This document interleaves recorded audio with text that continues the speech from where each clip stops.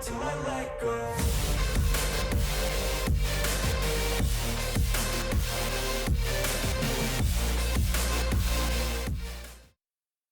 Hello. I'm back.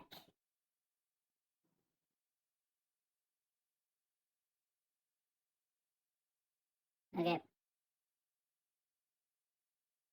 So the plan today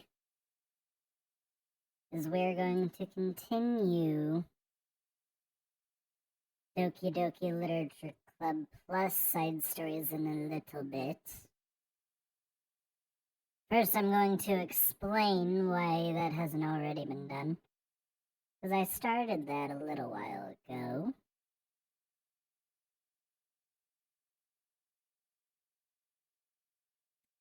So, a few weeks ago,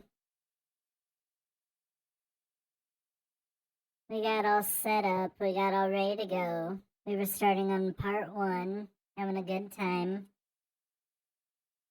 It went really nice, so we kept going on into part 2. And then I noticed about 3/4 of the way through part 2, my internet's completely down.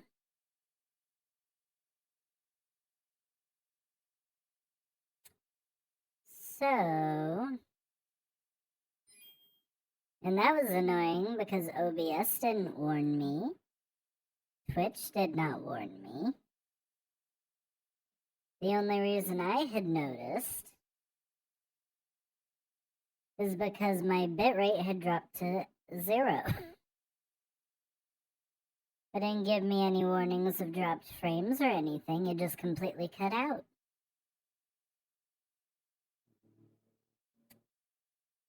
So, because I was planning on us doing all of the side stories that day. But then that happened and my internet ended up being down for like 10 hours. So that wasn't gonna happen. And the last few weeks, there have been complications to keep us from continuing on it. And I'm getting upset. But we're here. I'm hoping we can get through the rest of them today. The first one was really good, and that makes me even more mad that it cut out because I was enjoying it. And then I was forced to stop. So we're going to be continuing on with the second chapter of the side stories once we get into that. And I don't remember. I did all of the first chapter that one day, and that's all the further I got before it cut out. It looks like we have a total of 5 chapters left right now, each with 2 parts. And if I timed it correctly, I think each chapter takes more or less an hour. So we got a good, decent stream ahead of us today. And hopefully I don't die with voice.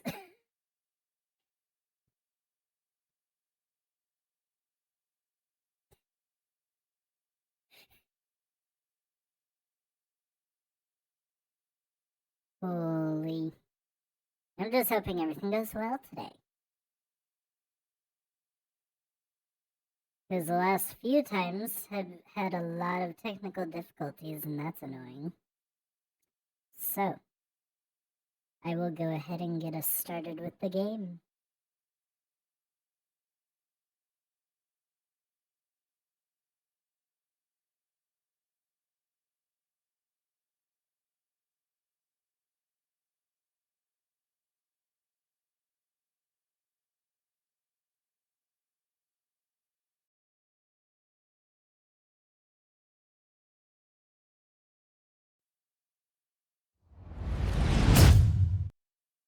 Ahaha! We're here. Alright. I'm a little worried on where the story will go here. Ooh.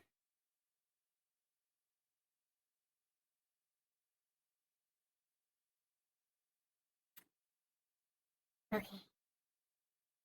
Let's go.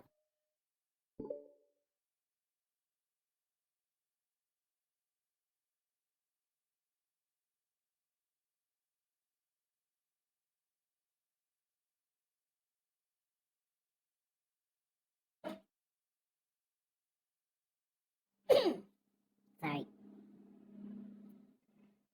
Oh yes, and we love to have cars in the background all the time. That's always nice. Hopefully they won't be too bad today. But I'm gonna lose it. We've just started. The club meeting is suddenly interrupted by the sound of the door, causing Monika and Sayori to turn their heads. The door opens halfway, then stops. A face peeks inside. A face that seems familiar. Yuri! Sayori's eyes widen, recognizing the girl. She very conspicuously mouths to Monika, "It's her! It's the girl!" It's true. The girl standing in the doorway is none other than the girl Sayori had come across reading alone in a classroom. Thanks to Monika leaving a flyer on her desk, it seems she's found her way to the club. Are you here for the literature club by any chance? Am I in the wrong place? No, you're not. This is a literature club. Please, come inside. The girl fully steps in the door, but continues standing against the wall, avoiding eye contact. She's so shy. Sayori continues to fail containing her excitement. What's happening? Oh my gosh! Thank you so much for coming. Sorry it's a little empty. I'm Monika, and this is Sayori, and we run the literature club. Even though it's just us so far, but what's your name, by the way? I'd like to join your club. Already? Wait, really? Are you sure? I mean, I should be good enough. Everyone's welcome here. You don't have to be good enough. Oh. Do you want to have a seat? We'd love to get to know you. The girl nods, sliding over to a nearby desk and gently sitting down. So what's your name? Yuri. I'm Sayori, and this is Monika. Sayori, Nice to meet you. Do you like fantasy? Like books?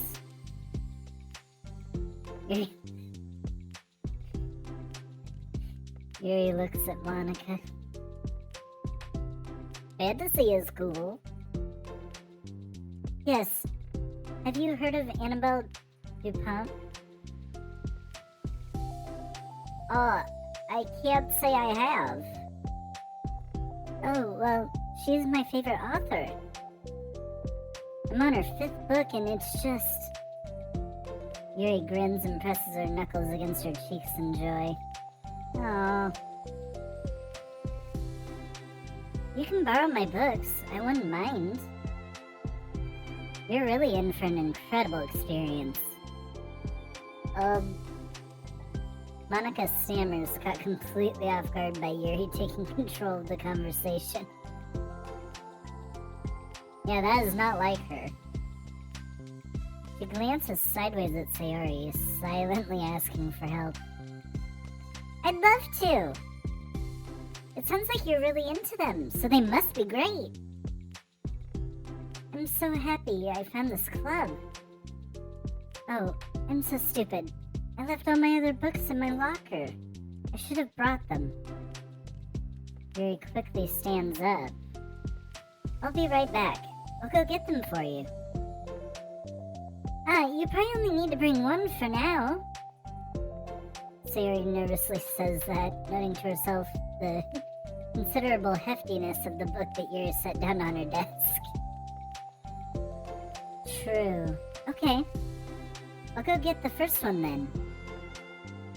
Yuri exits the clubroom in a flash, leaving Monika and Sayori silently exchanging glances. Oh my god. I wasn't prepared for this. How do I handle someone so intense? I have, no experience with fantasy. Except maybe stuff that I read when I was a kid. But that's probably a joke compared to what she's into. I'm sure it'll be fine. In fact, I think it's neat that we all have different people who are into different kinds of literature. It'll be fun to learn from each other. Yeah, I mean, I don't disagree, but what if this is her only interest? Doesn't it kind of seem like that? Monika, don't you think you should be a little more optimistic? We have a new club member. There shouldn't be room for anything but being happy. I'm excited to get to know her more. Aren't you? Yeah, I guess you're right. Sorry for being so hasty. I just got really anxious all of a sudden. It's because you're afraid of not being able to take the lead. What the heck? It's kind of scary how you can point things out like that, Sayori. I just like learning what makes people happy or sad. Yeah. Hey, you know what? You'd probably be great at helping Yuri feel comfortable here. Stupid cops.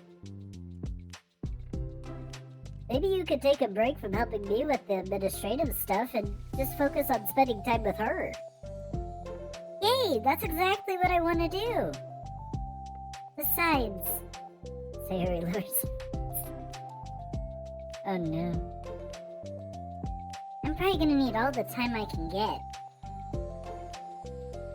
She taps her finger against the dauntingly chunky book Yuri left sitting on the desk. Right afterwards, the door opens to reveal Yuri's return. I'm back! Her breath is slightly heavy, which, combined with her short time gone, indicates that she may have ran at least part of the way. She makes her way back over to Sayori and sets the book down on her desk. Just as Sayori had feared, the book Yuri brought for her is just about equal in size to the one already on Yuri's desk. Well, there are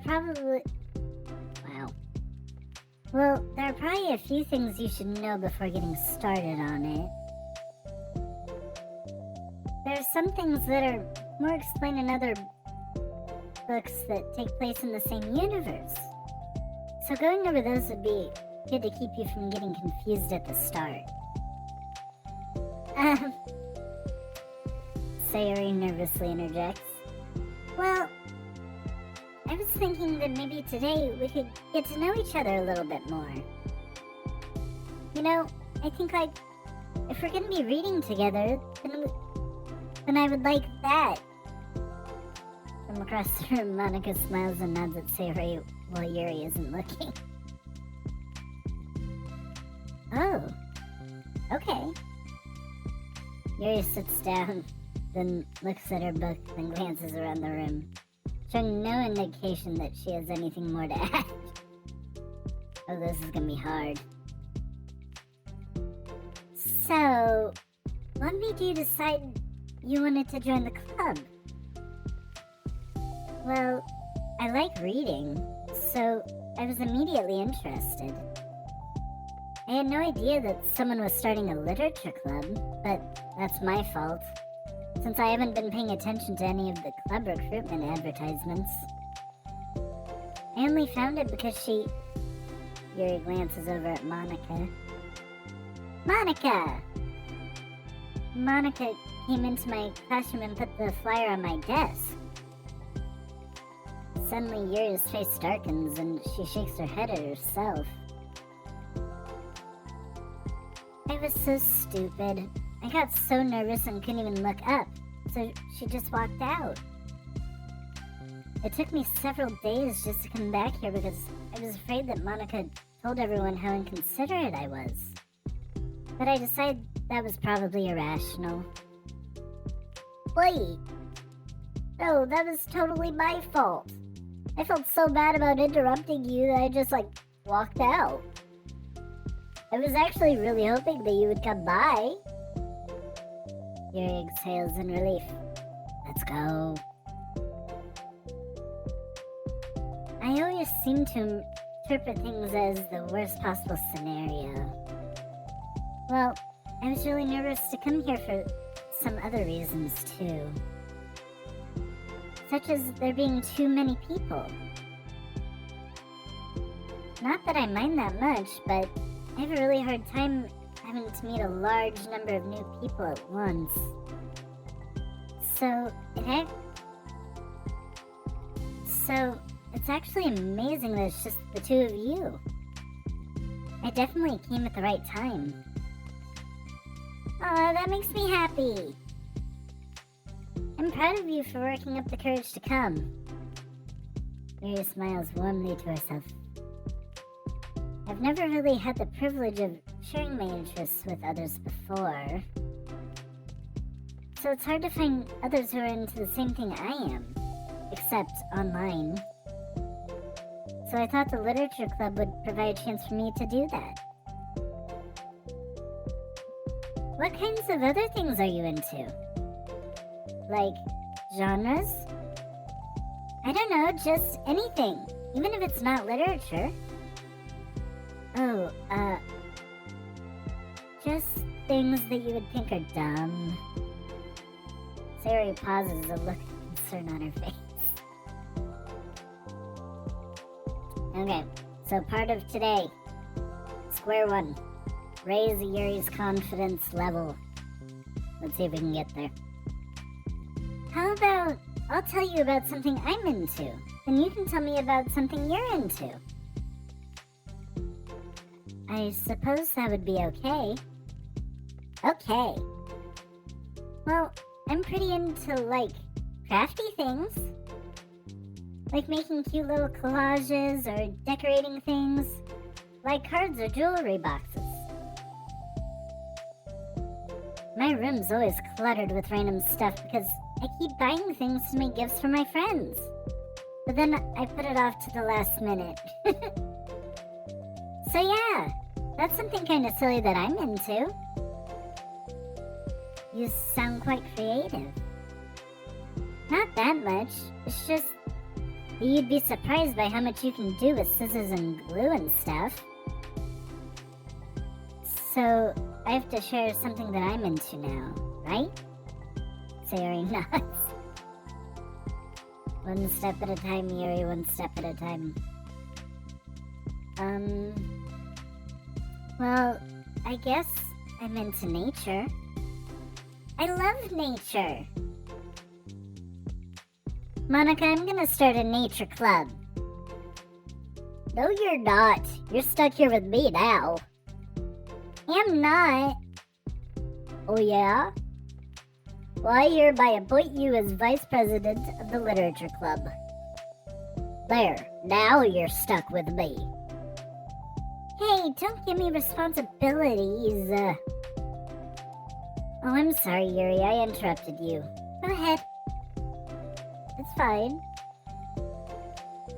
Yuri pauses, feeling awkward after having got cut off. I like going out into the woods or to the park.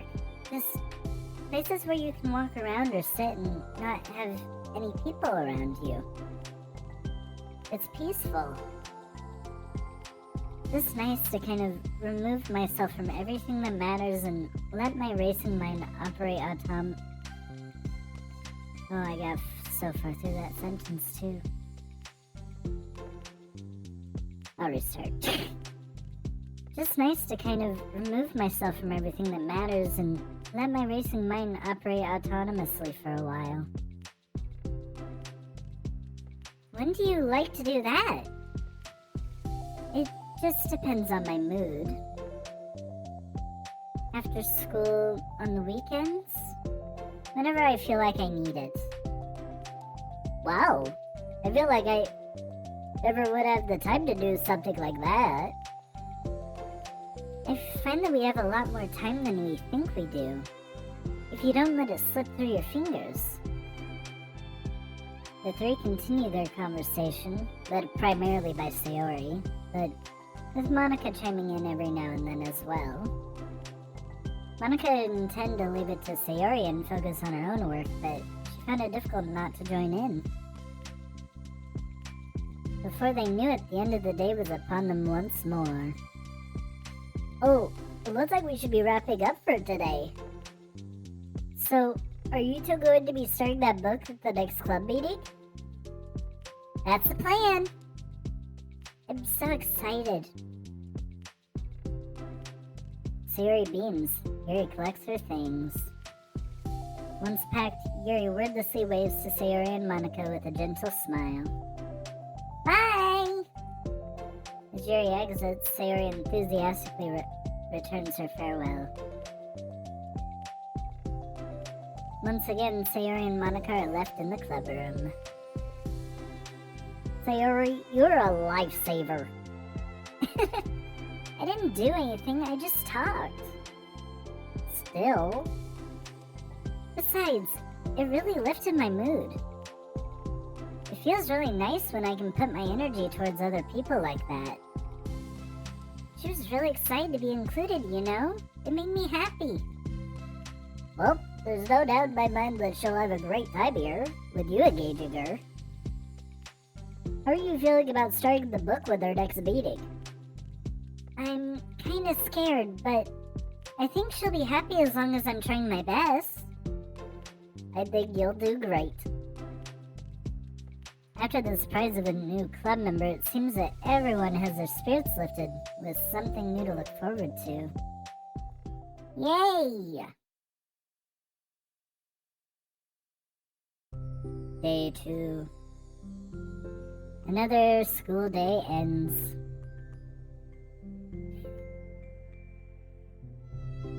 What are the chances that Yuri gets too afraid and doesn't show up? I'm curious. Swallowing her anxiety, Yuri makes her way to the clubroom, expecting to be the last one to arrive.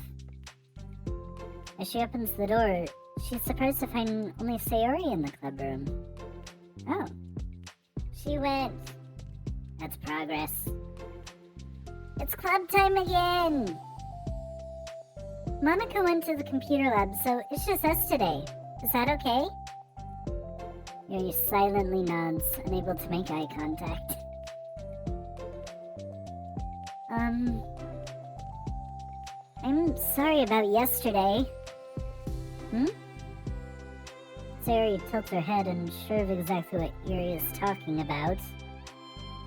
Well, I mean, the way I got overly excited to share my books, and how you had to stop me so we could talk first. It was so inconsiderate of me.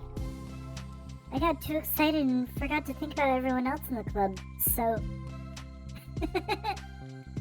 Yuri, you didn't do anything wrong. I thought it was cute how excited you were. Well, still. I think I changed my mind about the book. We don't have to read it. Huh? Why? Because... I know that you were just humoring me anyway. In retrospect, it's rather obvious that nobody was truly interested. But... if you like it so much, then it must be worth sharing. I've already decided I'll join the club, so you don't have to try so hard to entice me. My god. Poor Yuri. She thinks this relationship is contract. Transactional. That's not what I was doing. A moment of uncomfortable silence stretches between the two of them. All the times for Monika to be gone.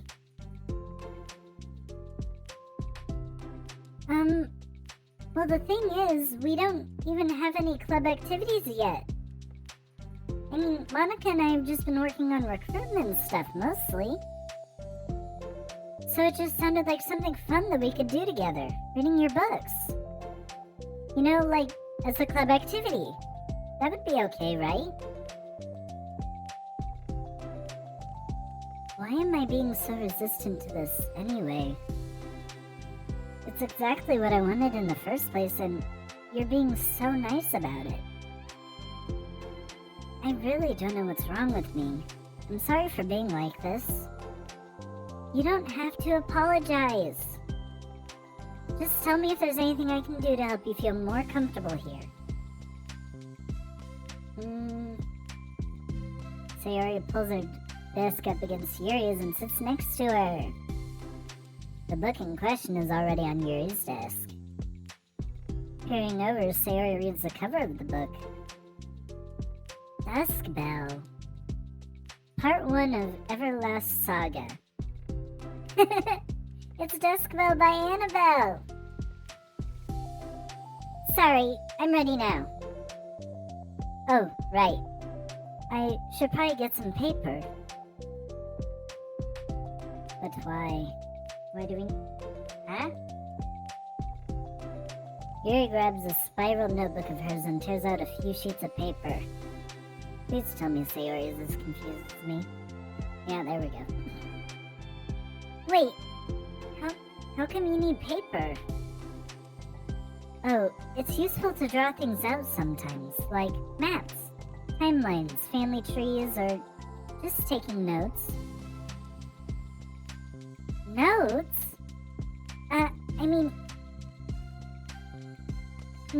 Yes, that's an effective strategy. Exactly. I'm sure it will be especially helpful for someone new to the genre. Oh no.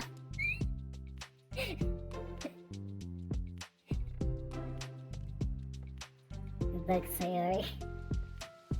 Sayori's joke flew completely over Yuri's head. But thinking about it, she decided that's probably for the best that it did. Well, I'm not used to having company through this, but I'll try to help make it as accessible as possible. I trust you. You're like super smart. Oh, please. Yuri tries to dismiss the compliment, but she can't hide her smile and light blush. You can't generalize intelligence. I'm only smart in the things I have a lot of experience with. Contrarily, I'm awful at anything involving real people. That should be evident enough from the 2 days I've spent here so far. So in my eyes, it's everyone else who comes off as smart. Especially you. No! Sayori rubs her shoulder against yours. You're such a... You're such a sweetheart when you're not being so shy. And anyway, would you like to get started? Okay. After the minor diversion between them, the two get back on track with their planned club activity. Yuri begins to guide Sayori through the basics of the fantasy world her story takes place in. The more of it she details, the races, factions, history, elements of magic, the more questions Sayori seems to have. But despite Sayori's expectations, Yuri eloquently guides her through it in a way that's... Wow, that's a confusing sentence. But despite Sayori's expectations, Yuri eloquently guides her through it in a way such that it's fun to follow along. It becomes evident that the world building aspect of the story, not just the story itself, is one that Yuri finds her passion leaning towards. How do people come up with this stuff? It's like the exact opposite of the kind of writing that I do. What kind of writing? Oh, like poetry, stuff like that. The things I write are like just putting down the feelings that come into my head, you know? But this is like, there must be so much planning and hard work. Ah, you're into poetry? I think there's an appendix that includes some of the kingdom's written works, like poetry and folk songs. No way! Yuri giggles, filling Sayori's heart with happiness when she realizes it's the first time she's heard Yuri laugh. It meant Yuri must be having fun. Anyway, I think we can get started reading now, if you're ready.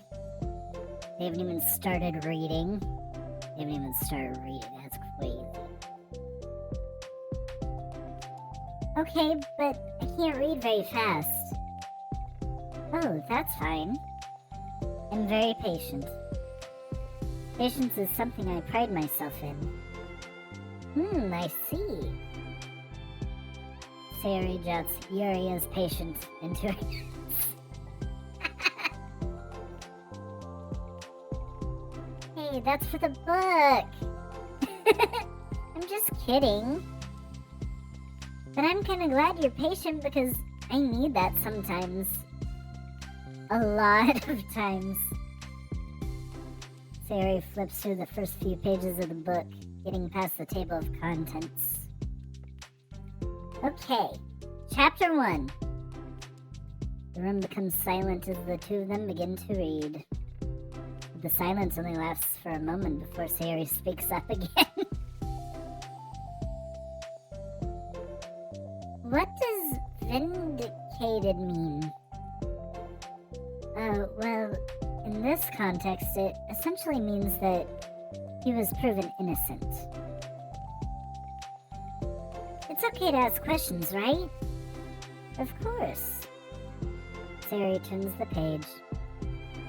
Are these footnotes? A lot of the dialogue is cultural references that require explanation to be understood. The two continue reading. Yuri's relaxed expression remains unchanged. Meanwhile, Sayori's expression grows tense as she tries to make her way through the dense text.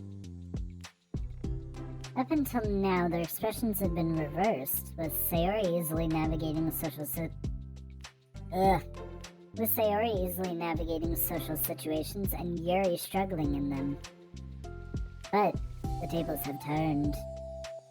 Wait, are they all talking about the past right now? Or the present? Where?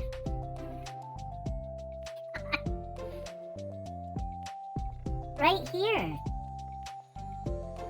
They're talking about the past. These paragraphs are describing a flashback that Barnes is having. But they didn't tell me that. It's implied from the context. Sayori rubs her temples. She's at 100% brain usage, she can't handle it. The two of them continue, with Sayori asking fewer questions. She begins to understand the value in the footnotes. Or the notes. As she finds herself referring to them somewhat often, even adding to them. But a reduction in questions comes not from her getting used to the reading, but rather from her fearing that she'll come across as stupid. Oh no. At last, Sayori reaches the end of the chapter. I think we can stop here for now. Okay. Sayori takes a deep breath and closes what little of the book she's gotten through so far. So, what are your thoughts up to this point? Sayori tries to find words. Am I doing well so far? I'm not sure I understand. Well, I don't know. When it takes me so long to read and understand things, it makes me feel really dumb. But I really like how into it you get. It makes me want to keep going and keep doing my best so I can see in the way that you do. Oh no. The relaxation in Yuri's expression fades. Oh no. I see. Yuri quietly gathers her things. Yuri, don't leave. We can continue tomorrow, right? Yuri pauses, then shakes her head. We can do something else tomorrow. But... I'm sorry. Wait, sorry for what? I don't understand. I'm sorry. I don't want to do this anymore, that's all. I'm sorry that I made you. God, the 180s with Yuri, I can't handle it. Yuri leaves. You weren't making me... Sayori is left alone with her words. How did this happen? We were having fun just a second ago. It's my fault. I said something stupid and hurt her. I should have just told her that I enjoyed it.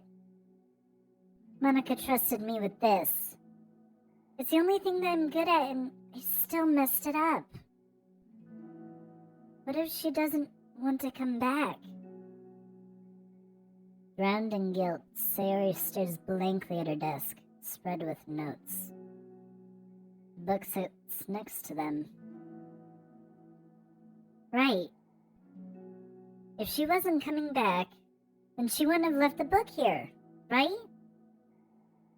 Unless she just forgot to take it with her. Ugh, this is horrible. Was it really because she thought I wasn't enjoying our time together?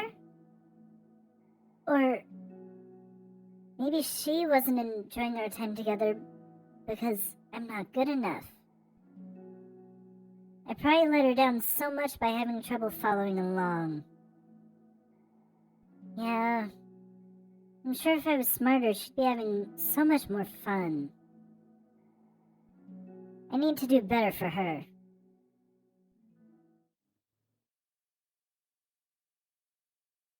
Oh, part 1 done.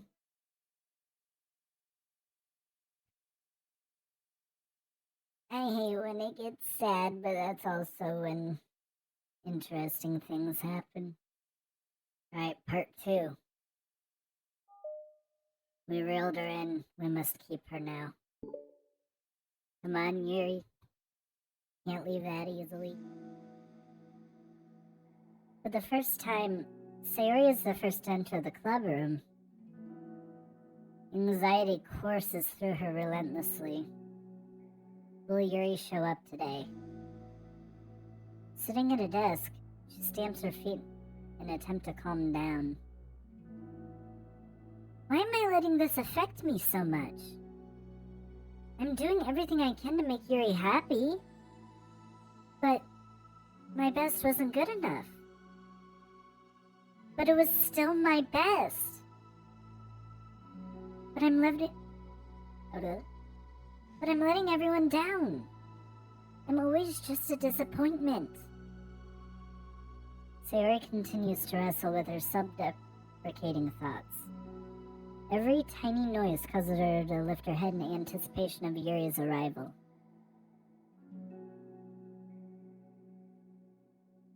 Minutes pass, and nobody enters the clubroom. Not Yuri or Monika.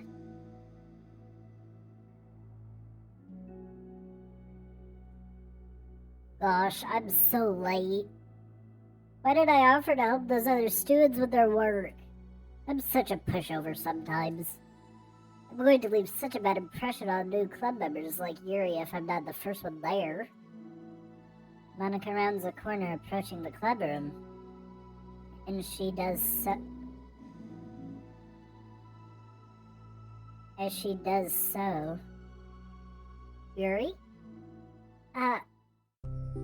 Yuri jumps at the sound of Monika's voice. She's sitting outside the clubroom against the wall next to the door. Embarrassed, she quickly closes the book she was reading and stands up. Oh gosh, I'm so sorry I'm late. You didn't have to wait outside for me. The door of the clubroom is open. It's not... Yuri stammers, unable to explain herself. She peers inside the clubroom through the window, then looks away. Actually... I was wondering if I could help you today instead. Oh, me? With club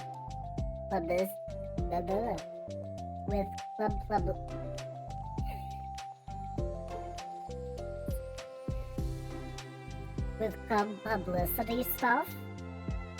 We got there eventually. Yes. Monika's utterly confused.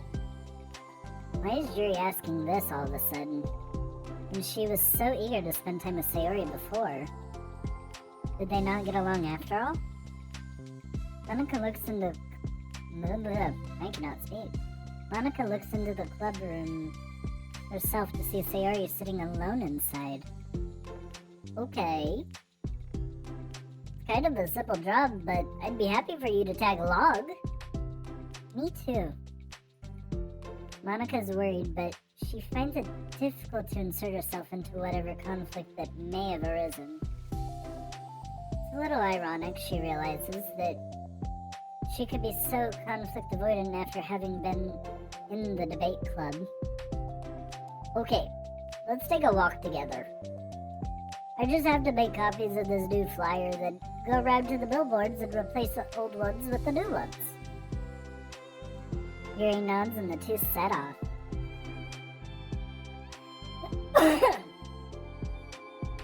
The two walk in silence. Without Sayori, Monika finds it quite difficult to strike up conversation. So, how's everything been going? Fine. That's good. Neither of them follow up with anything more. Monika tenses up in stinted conversation at the stinted conversation. How the heck does Sayori do it? Sorry I didn't see you yesterday. I went straight to the computer lab to work on the flyers. Sayori told me. What did you two end up doing yesterday? Just some reading. Oh, I'm glad. It's really starting to feel more like a literature club now. Yeah. Kind of funny. I felt so intimidated at first when I heard about the kind of reading you were into.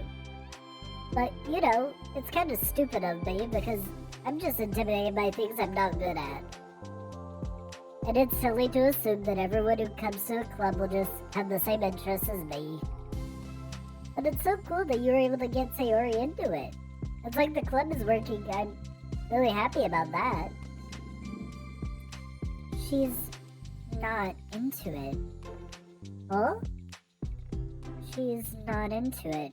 And I'm stupid for forcing her into it. Yuri falls silent again, as if she started her thought but can't figure out how to continue it. Did something happen? Yuri sighs. No, it's just me. Yuri pauses. Oh? I'm thinking. A moment passes in silence, then Yuri shakes her head. I shouldn't be complaining to you all of a sudden. Don't be silly. I won't think you're complaining. I just want to make sure you feel welcome. If it's important, to that, then you can tell me anything. Well, I do feel welcome. Too welcome, I guess. It's not an issue with the club, it's just an issue with me. So I feel wrong to inconvenience you with it. Oh. Monika pauses and thinks. Well, what if we put it this way? It's my job as president to understand the needs of the club members, right? We're going to have all kinds of people joining this club, hopefully anyway. And learning about the diverse needs and interests of everyone will help me come up with club activities everyone can be happy with. That everyone can be happy with? Not just only some people? Of course. I need to be looking out for everyone.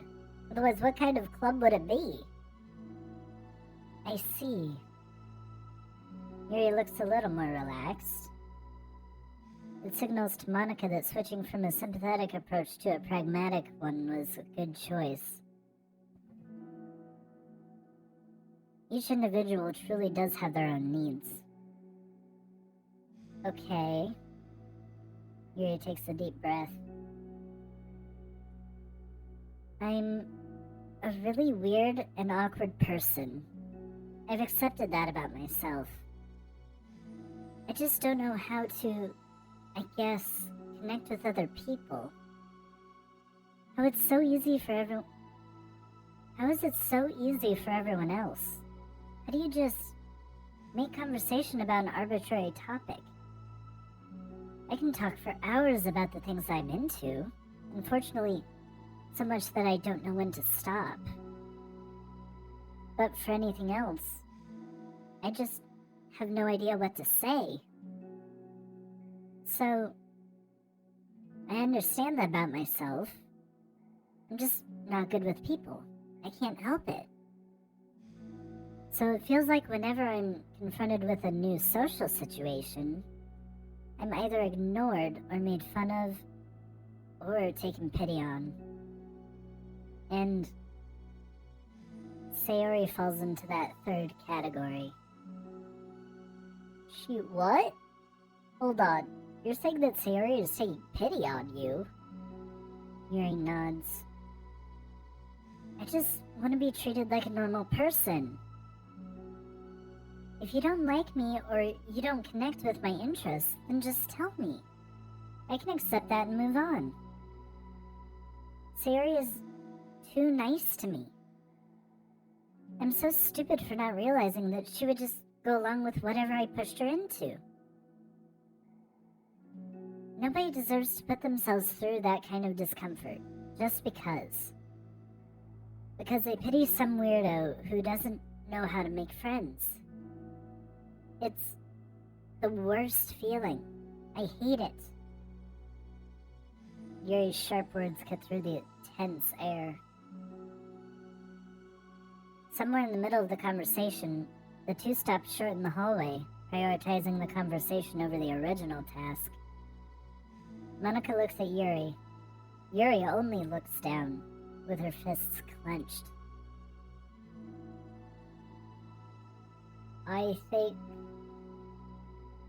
I think you should tell her that. I could never say that to someone's face. It's pathetic. Sayori is different. Making people happy is the most important thing to her. I'm sure that's all she was trying to do. So, if you're able to explain to her what makes you happy, then she'll do anything to make it happen. That's the problem. What kind of friendship has one person always trying to cater to the other person's weird needs? I'm sorry, I'm making myself sound so... No. I think I'm starting to understand. Monika hesitates to finish her thought out loud. Something that Sayori would be able to say better. Sayori is someone who will give anyone however much kindness they need in order to smile. But Yuri, who has difficulty accepting kindness, must be driving Sayori to be even more assertive in her kindness, further exacerbating the matter. Neither person is to blame, but it's an issue that can't be resolved without them understanding each other better. Sayori wants to be your friend. I promise that. It's okay for different people to have different needs. I mean, Sayori, she has her own needs too. But good friends work together and can be what they need for each other. You just have to have good communication and talk about it. I don't have good communication. Yuri stops and shakes her head. I'm sorry, I didn't mean to say that. My head's just... it's so resistant to everything. I'm pushing such a kind person away from me because of it. Yuri pauses to think. I'm so tired of this cycle. I'm so tired of this cycle I'm creating for myself.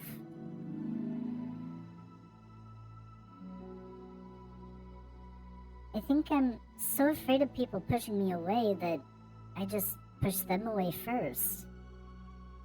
How thoughtless and immature of me. Yuri takes a deep breath and exhales. I didn't mean for this to turn into a whole venting session.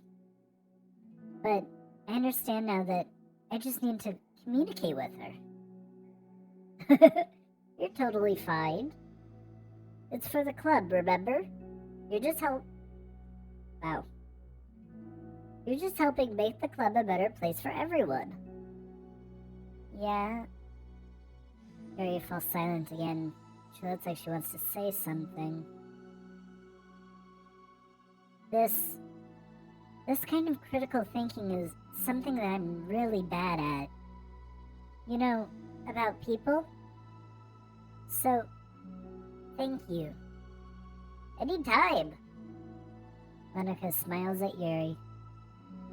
For just a moment, Yuri finds it in herself to meet Monika's gaze, returning a shy smile of her own.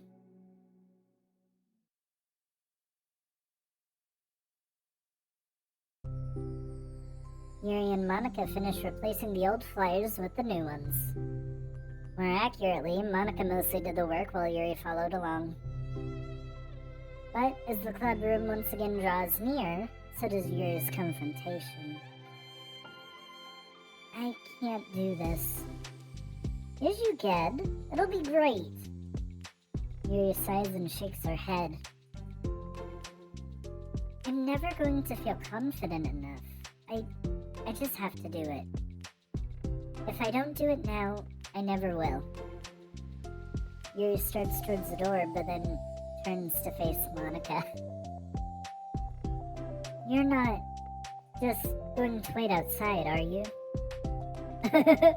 I can take a walk. Would be to get you a coffee or something? Actually, I prefer tea. I like to make my own though, so please don't worry about it. Although, I suppose that's one downside of reading here in the club rather than at home. I don't get to drink tea while reading. Sorry, I guess that has nothing to do with this. Oh? You know, now that you mention it, I bet we could get permission to keep stuff for tea in the club room. You could use, like, an electric kettle to heat up the water, right? Would that really be possible? I'll look into it. I think it would be great. Yuri smiles and nods at the thought. Well, I'll be back in a bit. Good luck. Monika waves at Yuri and then turns around and departs down the hallway as Yuri's smile fades once more. A moment of daydreaming about tea isn't enough to save her from the anxiety of the task that lies before her. but it must be done. Taking one more deep breath, Yuri timidly opens the clubroom door.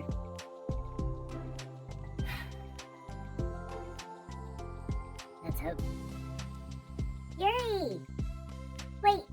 Hold on, I'm not done yet! Sayori shuffles a bunch of papers around. Oh no, Sayori's been reading. Yuri stammers, her words suddenly caught in her throat. Oh no. At that moment, she realizes how Sayori has been spending her afternoon. I wasn't expecting you to come today. I was really hoping to make it all the way through the next chapter first. But I got most of the way through it. And look! Sayori holds up a sheet of paper. It's a page of notes, beautifully produced with indentations, categories, and even color coding. As Yuri sees it, her expression shifts from anxiety to despair. I was afraid you were getting disappointed in me, so I've been trying really hard. Stop. Yuri presses her fists against her forehead. Please stop. I can't take this. Yuri? Sayori's voice quivers in shock after having received the exact opposite response she was expecting.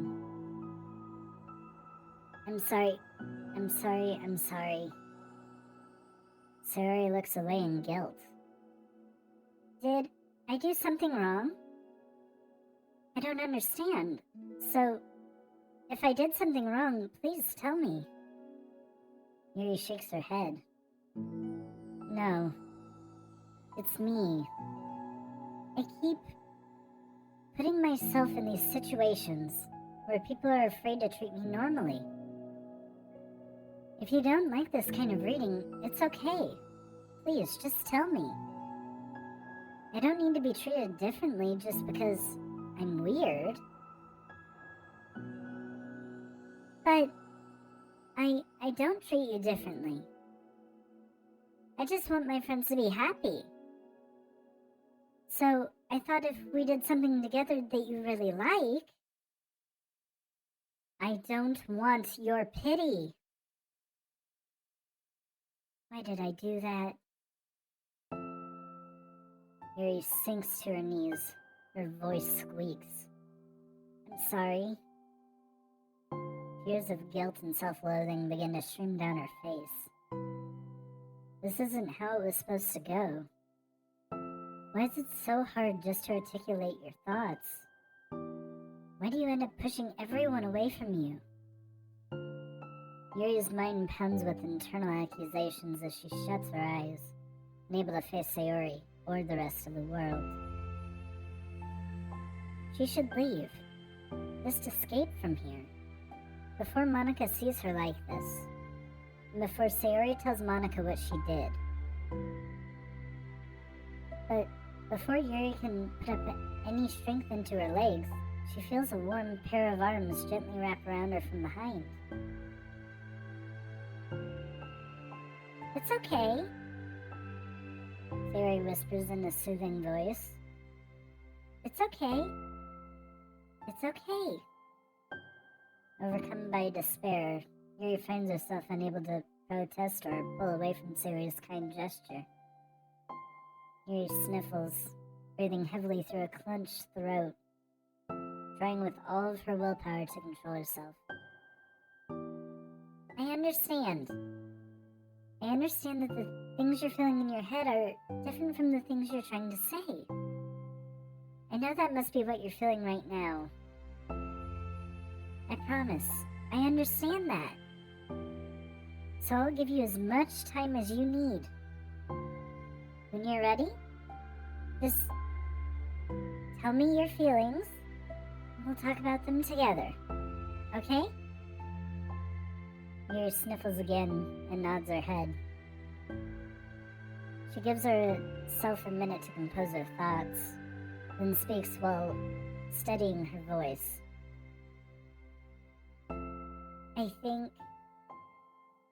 I think that I've gotten so used to people being weirded out by me that it feels like anyone who's nice to me is just doing it out of pity.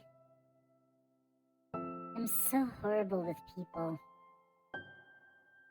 It makes me not want to believe that someone can actually like me for who I am. Yuri pauses, but Sayori doesn't interrupt. Rather, she waits for Yuri to continue. I got so excited when I joined the literature club. I thought that it was finally my chance to make friends through my interests. Because my interests are the only things that I know how to talk about. It's all I have going for me. But then, whenever I catch myself getting overly obsessive in front of other people, it feels like I'm making a fool out of myself. I hate myself for it. Ultimately, I just want to be treated like a normal person. But how am I supposed to expect that when I can't behave like one? I just want to learn how to get along with people and stop ruining things for myself. That's all. Yuri finishes her thoughts, feeling more steady after having gotten them out. Sayori, who can feel Yuri's breath rise and fall from beneath her arms, realizes that as well. Thank you for helping me understand you a little bit better. You know, you were so great at helping me while we were reading. So, I'll help you with the things you need too. But I feel like it would just be frustrating for you with how much patience I require sometimes. That sounds kind of familiar. I couldn't stop worrying about that while we were reading. I was so afraid you would get frustrated with me. But I would never do that. I did my best to reassure you by mentioning how I have a lot of patience. Yeah, I know, but my irrational fears just won't be quiet sometimes. I'm sure it's the same for you, right? Yeah. Irrational fears. Well, you know, there's no way that you could frustrate me because I really like you as the person you are. I know you said you have a hard time believing that, but I promise that it's true. You don't have to be a social person for people to like you. I think you're really considerate in your own way, you know? Worrying so much about people's feelings. We're all kind of weird. It's a literature club. That's the best part, that we're all different. And have different interests. Like, about the book. I'm reading it because I want to. I promise, that's what I really want. It's a bit of a struggle, but try not to mistake that for me not enjoying it. I mean, we could never discover new things if we didn't try them first, right? I want to learn the reasons that you love it so much. And in the end, if it's not for me, then I can say that. But I'll be glad that I tried it and learned more about you. Plus, you're like super duper smart, and I want that to rub off on me. Yuri fights back a smile at that comment. Already, the heavy atmosphere surrounding her seems to have evaporated through the caress of Sayori's arms. Your hair is so pretty. I always wanted long hair, but was awful at taking care of it, so I cut it all off.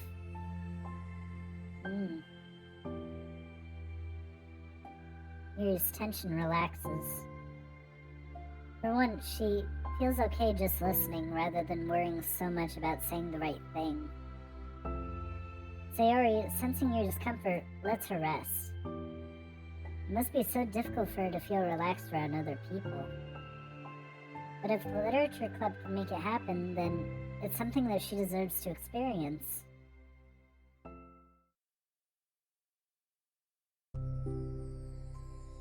Well, then, based on my understanding of your feelings, I suppose I wouldn't mind if we were to continue reading. That's what I wanted to hear. But we can stop at any time. If you truly don't like it, please be honest about it. I won't be offended. Of course. I'm not gonna judge anything this early on, though. So we'll just see what happens. Oh, and, it's not going to touch people without their... It's not good to touch people without their consent first. Oh no, I'm sorry.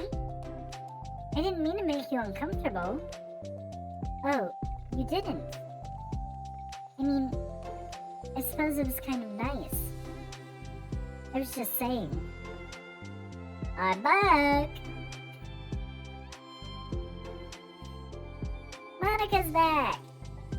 I haven't seen you, like, at all recently. Sayori trots over to Monika. Ah! She whispers loudly. Can I hug you? Sure, Sayori. Sayori wraps her arms around Monika. Oh yeah, Yuri, it might be good to know. Sayori can be kind of a hug monster. Ah. Hey, don't call me a monster. Artemis is a monster. If he inherits the kingdom, I could spell disaster. Yuri laughs. Monika perplexedly looks between the two of them, then smiles. Well, I'm glad to see you've been enjoying your reading so far. It's like the first real activity is the literature club.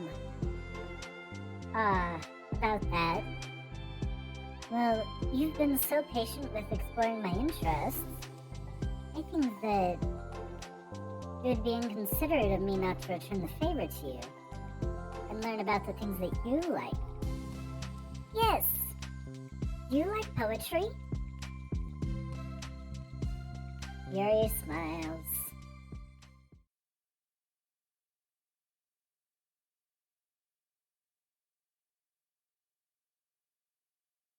That was a great... That was a great way to end that chapter.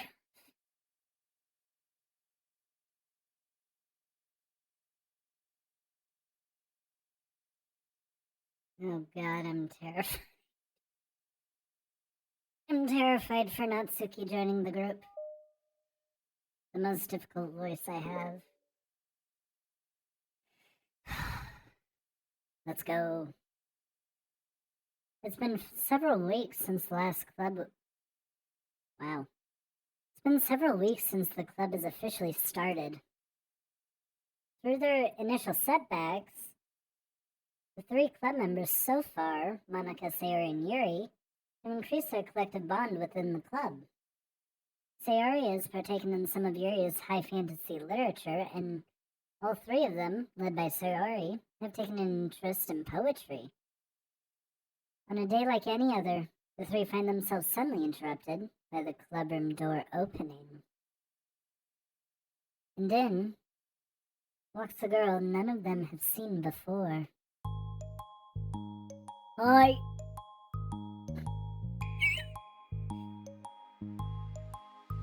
Sayori tugs excitedly at Monika's sleeve. Yuri shifts in her seat and buries her eyes in her book. Are you here for the literature club? Yeah. Yay, that's great. Thanks for stopping by. It's kind of a small club still, so it's really exciting to see new faces. Yeah. Come and sit down somewhere. You can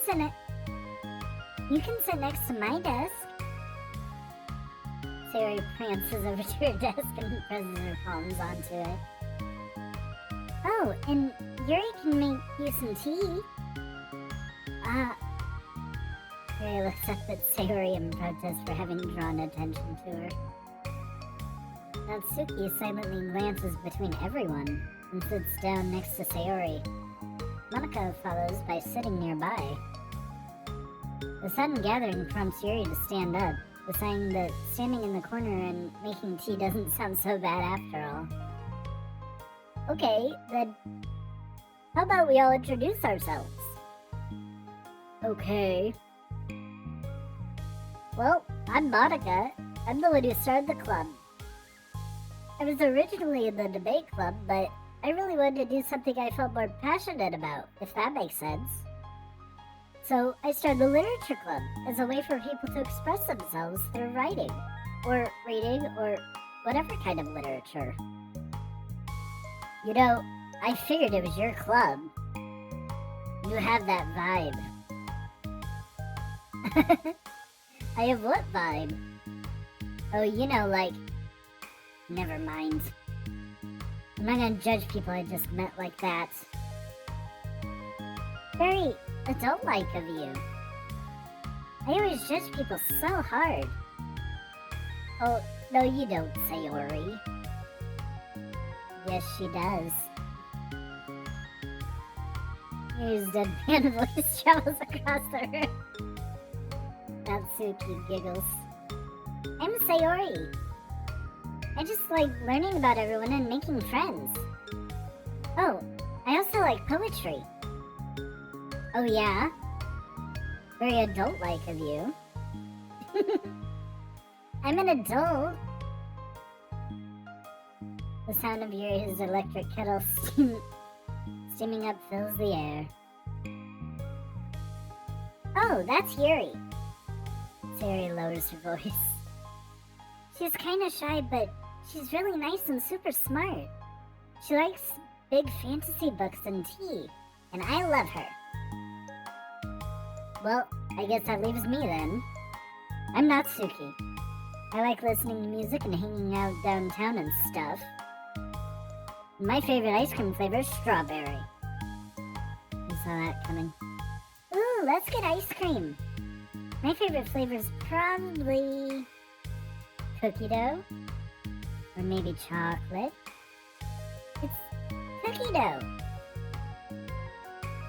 Monika's probably vanilla. What the heck? I take way too many online quizzes. The ice cream ones are always accurate. What's yours favorite? Natsuki shrugs. Probably green tea. I'm just joking, I have no idea for Yuri. Still, pretty chill here. Do you like hang out or do you actually do club stuff? Well, we do club stuff too. It just hasn't been very structured yet, since we only have like 3 members, so we kind of just loosely spend our time doing the stuff we like. But I keep thinking it's about time we start with, like, some more structured club activities. It's been a while by now since I started the club, so yeah. Well, with that being said, what kind of literature are you into, Natsuki? Anything you'd like the club to get into? Well, I guess I'm... literature... Well, I like manga. Manga? Hey, why'd you say it like that? I want to read manga in the club. Wait, hold on a second. That sounds so great, like, after I've been doing all this, Yuri enters... Yuri returns to the desk with a tray of teacups, which is set down on an empty desk. After all of the deep and immersive reading I've been doing, I wouldn't mind doing something a little more simple. Manga isn't simple. If you think that, you just don't understand the nuance. I didn't mean simple like that. Well, anyway, putting manga aside, is there any other kind of literature that you're interested in? Well, not really. In that case, have you considered the anime club? Are you serious? I'm not gonna join the anime club. It's full of weird guys. Come on, is it that big of a deal? Manga is literature, right? I mean, I guess if you consider the literal definition of literature, then technically... I get it. Look. I'll do whatever club activities you want. Can I please just join? I won't bother anyone. If I can just, like, keep my manga here and hang out after school, I'll do literally whatever you want me to do. That's fine, right? Yeah, I guess there's nothing wrong with that. Oh my god, thank you. You're the best. I have most of it crammed in my locker, so I'm gonna start getting it, okay? Natsuki stands up. Need some help? Nah, I got it. I don't want you to see my locker. If you say so, but there's no way it's worse than mine. I hope we never find out then. Natsuki exits the clubroom, leaving everyone in silence, save for the sound of Yuri sipping her tea.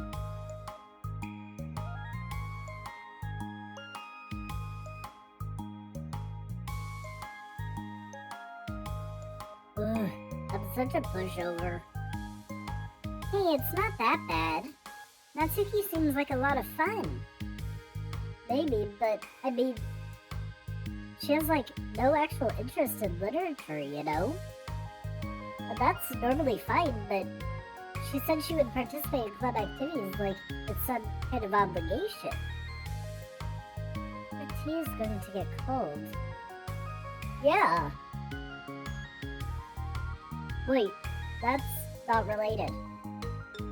Well, I think everyone deserves a chance. Especially if we can bring her happiness. Besides, maybe she'll take a liking to literature. Are you sure you just don't want to read her manga, Sayori? Hey, who do you think I am? Sorry, I didn't mean it like that. I just feel really uneasy about this. Do you have any opinion, Yuri? Not particularly. She said she wasn't going to bother anyone. That includes me, so... Does that mean I bother you? No, you're a pleasure to be around. I was just fishing for a compliment. I know. But still, I really think we should give her a chance. Yeah, alright. But I really am gonna start enforcing club activities. I'm willing to cooperate. Suddenly the three of them hear a thump against the door. What was that? Sayori stands up and walks over to the door, then opens it. Ugh, thank you. Carrying 3 boxes of wood is presumably manga, and Natsuki grunts and wobbles inside before slowly bending over and dropping the stack onto the floor as gently as she can. That's quite a collection. Sayori giggles in excitement while catching her breath. Natsuki replies. There's still one more box. I can put them away myself. I know how to organize them. Monika anxiously glances between Sayori and Yuri. Is this really okay for the club? Maybe it's what she needs to really kick the club into gear before everyone gets too complacent. It seems like things are finally going to start getting more serious. Oh, push back. Let's see how that goes.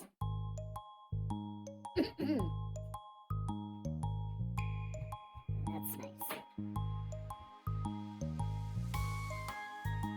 At the first club... Wow. At the next club meeting, Monika's the first to arrive. But ever since Natsuki joined, she feels a lot less relaxed. Why am I so nervous? Monika paces, trying to figure out her feelings.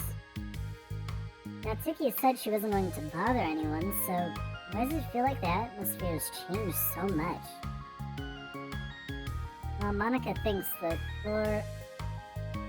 the club door opens, revealing Natsuki carrying a box.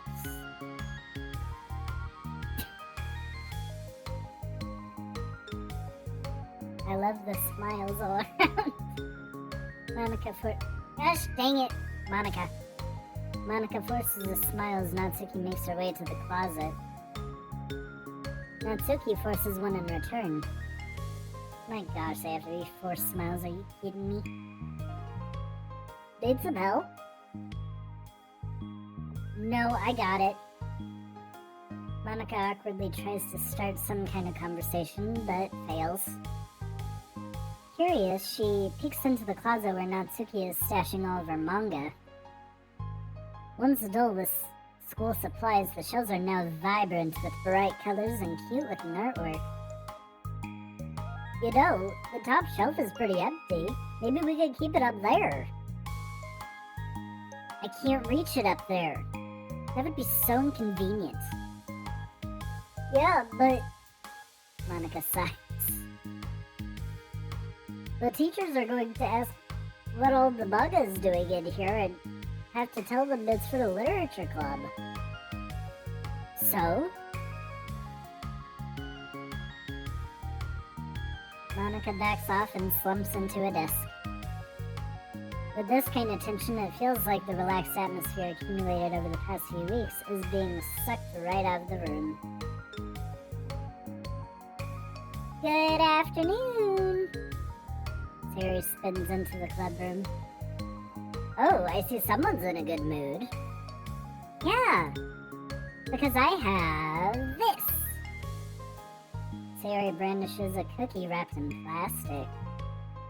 I found some money and got a cookie. Ooh, that's so pretty. As Sayori trots over to the closet, the colorful shelves catch her eye. Which one do I start with? Well, you can start by giving me a bite of that cookie. No way! I saved up all my luck to find that money. If you want entry into my kingdom, you need to pay the tax, peasant. Boo! Defeated, Sayori unwraps her cookie and breaks off a piece for Natsuki. Then Yuri silently walks into the clubroom. Monika glances at her with pleading eyes. Yuri returns a... Oh my, I cannot read. Yuri returns a quick nod of understanding. Well, everyone's here now. Despite the club only having one more person than before, it somehow feels twice as lively. Okay, so I think today we should go over some potential club activities and see which ones we want to do first. We have 4 members now, so it would be great if we found some stuff to do as a group. Does that sound good to everyone? I agree. Okay, so I have some ideas of my own, but I want to hear your ideas too. Well, I've been having a lot of fun learning about everyone else's interests. Maybe we can give each person a day to share their favorite kind of literature with everyone else. Well, maybe. Something tells me that. Monika glances at Yuri and Natsuki. Both appear very unwilling to even consider each other's interests. Maybe we could try to come up with something that everyone can enjoy equally? You know, like, we all vote on a book to read or something like that.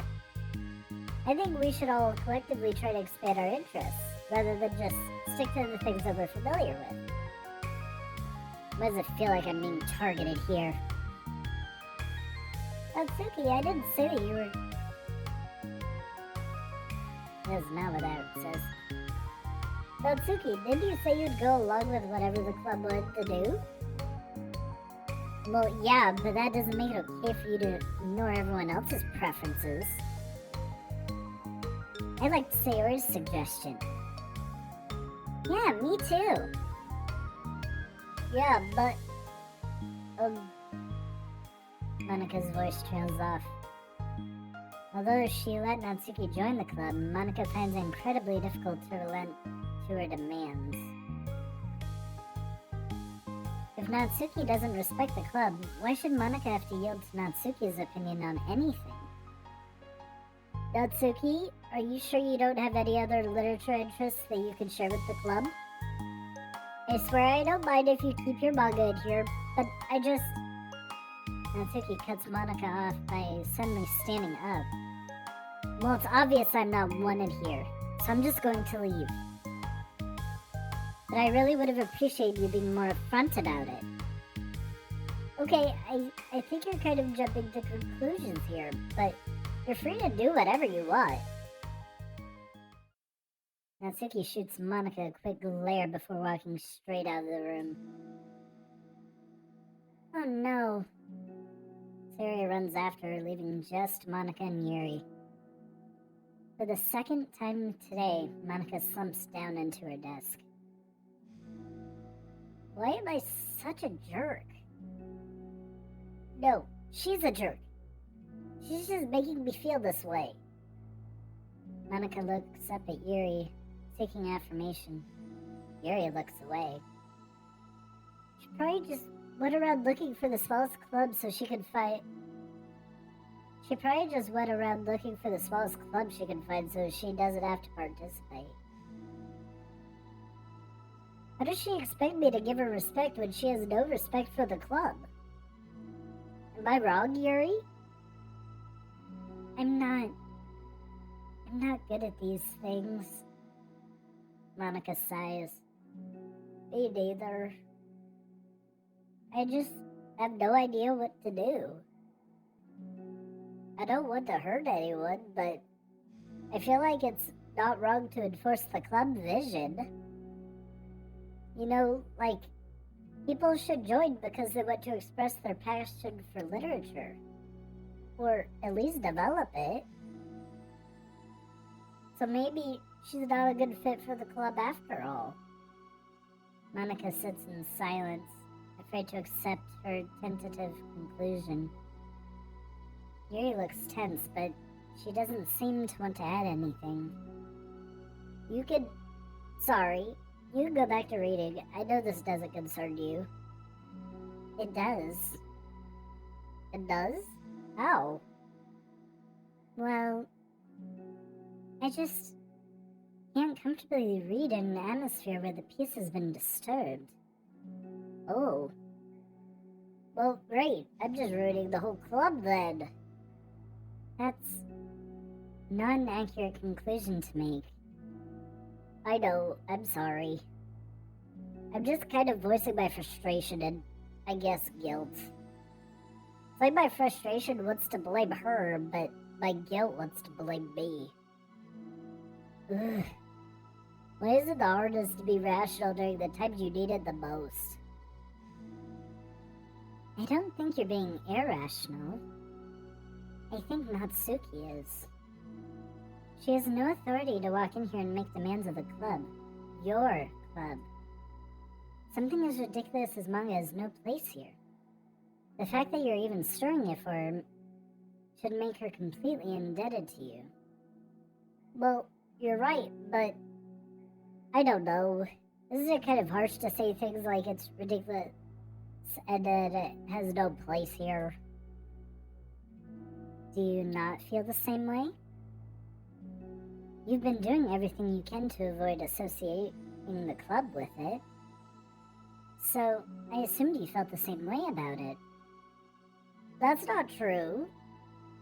Well, recalling her confrontations with Natsuki, the realization starts to set in. You may be right. I mean, if it was anything besides manga, would I really be acting like this? Maybe I've just been convincing myself that it has nothing to do with the manga. I'm really upset that I would let myself do that. With a sigh, Monika walks over to the closet. She finds herself staring at the colorful shelves. This really wasn't what I had in mind for a club about literature. There shouldn't be anything wrong with that. Monika starts defending her position once again. It's a complicated issue that Monika has failed to consider before now. Where's the line even drawn at what's considered literature? Lost in thought, she reaches into one of the larger box sets and pulls out a volume, inspecting it for no particular reason. The cover features 4 girls striking cute and exaggerated poses, all dressed in short skirts. Yeah, amused by the absurdity of the cover, Monika opens the book.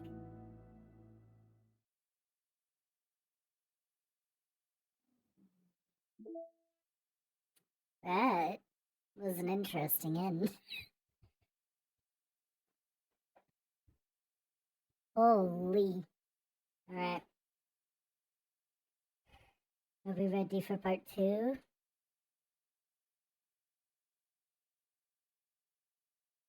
Oh, jeez. Let's go. Let's see if I can make my Natsuki voice consistent. Gosh dang it. This sucks. Why is Monika such a jerk? She should be grateful that I even joined her stupid club. It's not like she can find any members. Monika's usually really nice. She cares so much about everyone in the club being happy. Yeah, right. Well, she usually does. Maybe when she's not being so judgmental. So what if I'm in a manga? Why can't just one person accept that, instead of being so condescending about it? I accept it. I think it's cute. Oh, come on. That's condescending too. I'm sorry. I didn't mean it like that. I just want to support you. Natsuki sighs. I know. Thanks.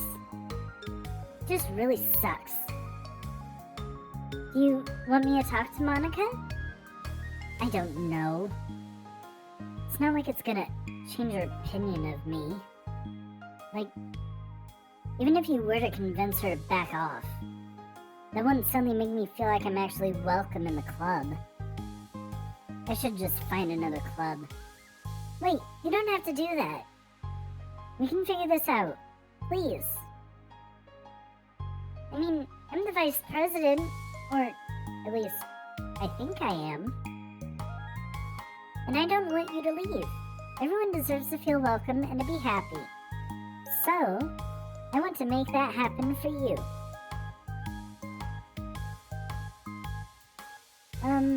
I was wondering, what was the reason that you decided to join the literature club? Well, Natsuki hesitates. It's kinda dumb. Oh, don't say that.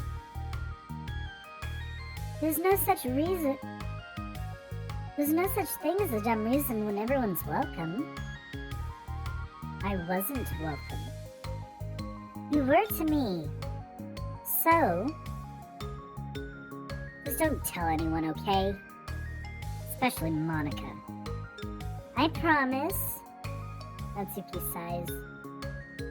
I'm just tired of everyone judging me all the time. I can't enjoy any of the stuff I'm into without people making snotty comments about it. Not that I care about what anyone else thinks. But, you know, the signs for the literature club that...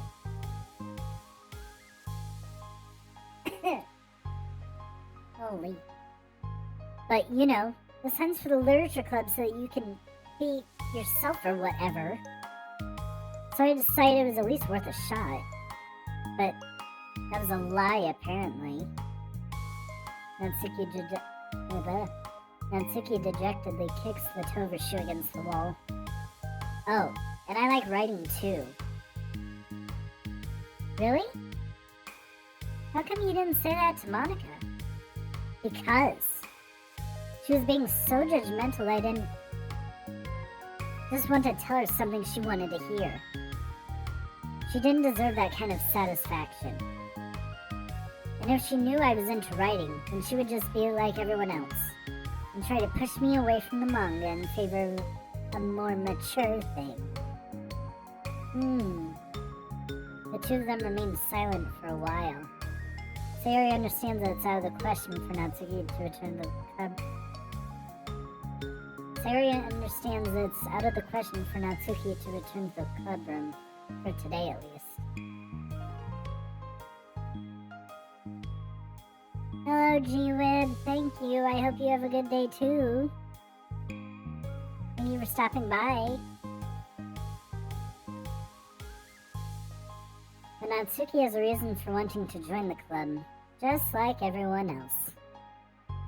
Part of the club vision for her to be welcome. You deserve to express yourself as much as everyone else does. That's supposed to be what the club is for. So, I'm going to do everything I can to fix this. I promise.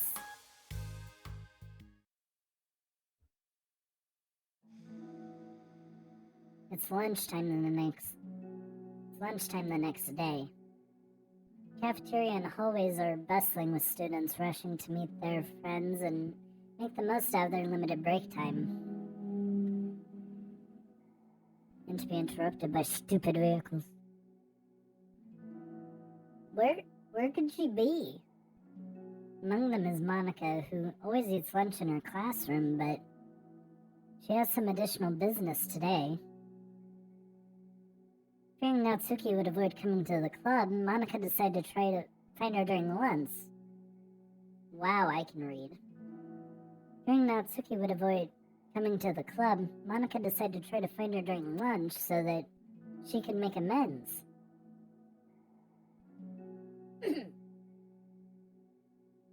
After searching for an extensive time, Monika finally spots her.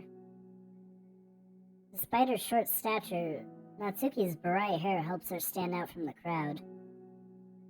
Oh gosh. Suddenly feeling awkward, Monika is afraid to get closer. Natsuki is with some friends who Monika doesn't recognize, and they're all energetically chatting together. It'd be really tactless to just interrupt them. Oh yeah, did you end up joining the literature club or what? Huh? Of course I joined. Why wouldn't I? I thought she would... I told you she would join.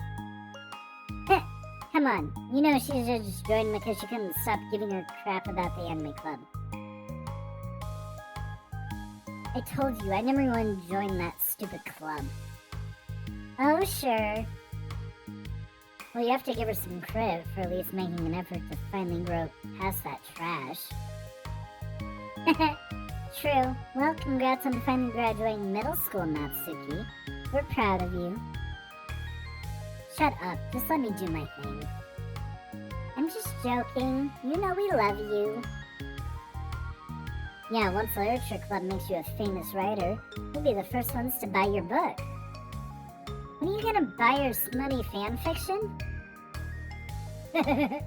Well, obviously I want a signed copy. That was like years ago. Don't think I've grown out of it. I'm getting thrown off. That was like years ago. You don't think I've been grown out of it by now? I told you I was joking. Besides, it's a good reminder of how far you've come since then. Not to mention, you couldn't have done it without us. That gives us a pass to joke about it. Yeah, sure. They grew up so fast, it brings a tear to my eye. Natsuki suddenly glances in Monika's direction, prompting Monika to quickly turn away and distance herself. Monika! What the heck? That was horrible. I should have said something to defend her. Why do I have to be so conflict avoidant? Not that I deserve to say anything. I'm hardly better than them, after the way I treated her. Ugh, I'm so awful. I'm not doing anything right.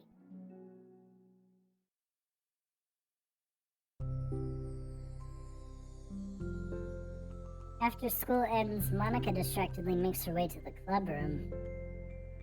She finds Yuri already inside, eyes on a book as usual. Monika picks a desk and slumps into it, something she seems to be doing rather often lately. Yuri, I don't think I can be club president. I suck at handling anything that doesn't go, exactly my way. Yuri looks up from her book. It's like the literature club is a place where you get to express yourself. Unless it's in a way that I don't like. I'm so mad at myself. And I'm especially mad that I didn't have the self-reflection skills to realize what I was doing. So much for maturity. Sorry, I really shouldn't be complaining out loud like this. There's just a lot on my mind. No. Oh? I enjoy listening. Really? Mm-hmm. Why? Yuri shrugs. It just makes me feel nice. Oh, well, okay. I guess I'll just continue then. Yuri nods. Yeah.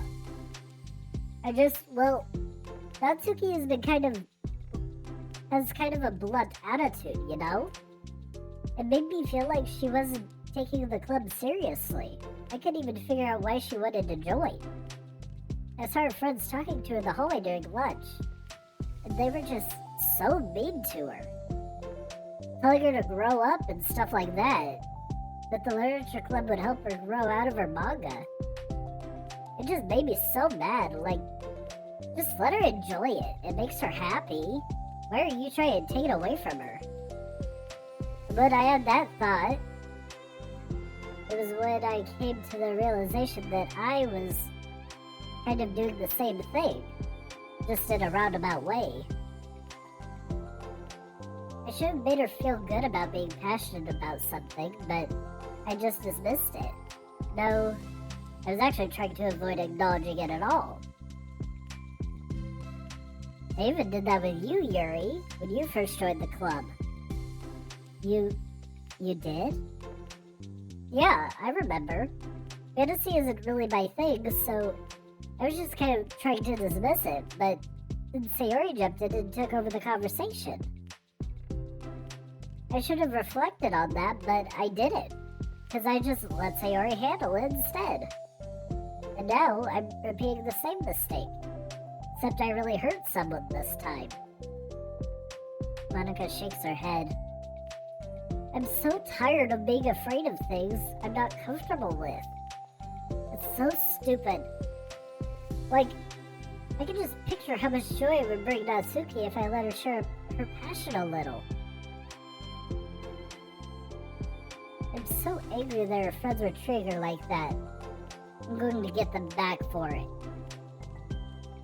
Get them back?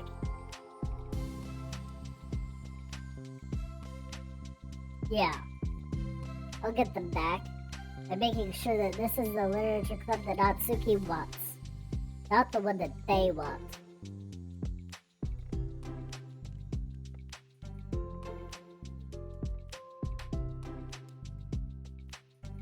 Suddenly, Sayori bursts through the door, making Monika and Yuri jump. With a rare, stern face, she marches over to Monika's desk and sits down next to her. I'm having an intervention. I can do that because I'm the vice president. Is this about Natsuki? Yes. Yeah, I know. I messed up. I'm super sorry. I was just talking to Yuri about it.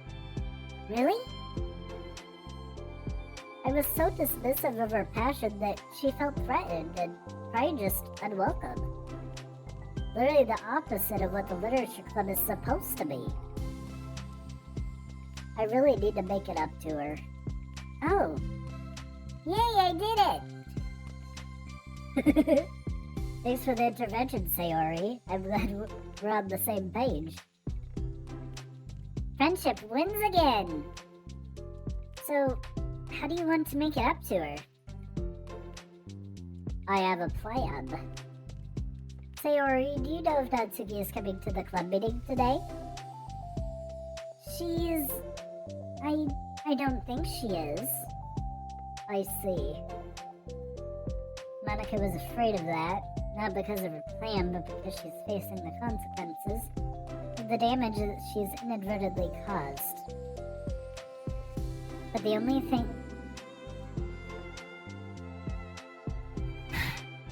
only way to do the right thing is to face it head on. It's so easy to just duck away from conflict and wait for it to blow over, but that's not enough. To truly respect someone's feelings after you hurt them is to face them and admit your wrongdoing. Not the wrongdoing of mismanaging the club, but the wrongdoing of disrespecting Natsuki's feelings. Okay. Do you think you can get her to come to the meeting tomorrow? I can do that. Okay, awesome. Yuri, you don't have to worry about anything, but thank you for being my friend. You're a good listener. Fidgeting with her hair, Yuri turns away to hide a smile. Well, I guess for today, it's going to be a pretty quiet club meeting. I'm going to step out for a bit if that's okay. Yeah, I'm just gonna read with Yuri. Hey, is this one of Natsuki's books? How come it's out here? Sayori picks up the manga that was resting on the adjacent desk. Oh, that? Natsuki probably just left it out by accident. But I thought she hadn't been coming to the club. Actually, Monika's been. Okay, Yuri, I'm sure it was just someone else who had been using the classroom then, okay? Monika smiles at both of them. God, Monika. Then with a wave, she exits the clubroom.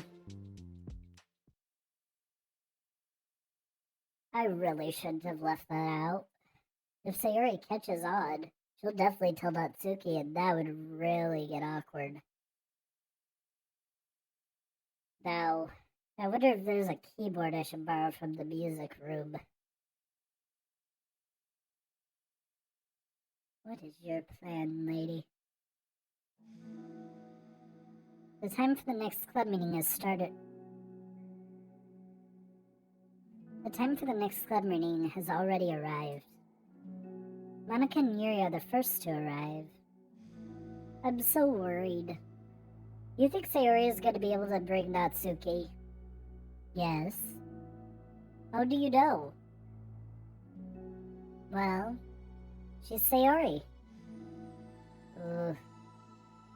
You know, you're right. Time slowly passes. Monika sits and stands up to pace around, then sits again. Yuri's eyes don't move from her book. Then, the door finally opens. Sayori marches inside. Behind her, Natsuki shuffles inside, nervously looking around the room. We're here! Welcome back! Monika, the club president, stands up and greets him with a smile.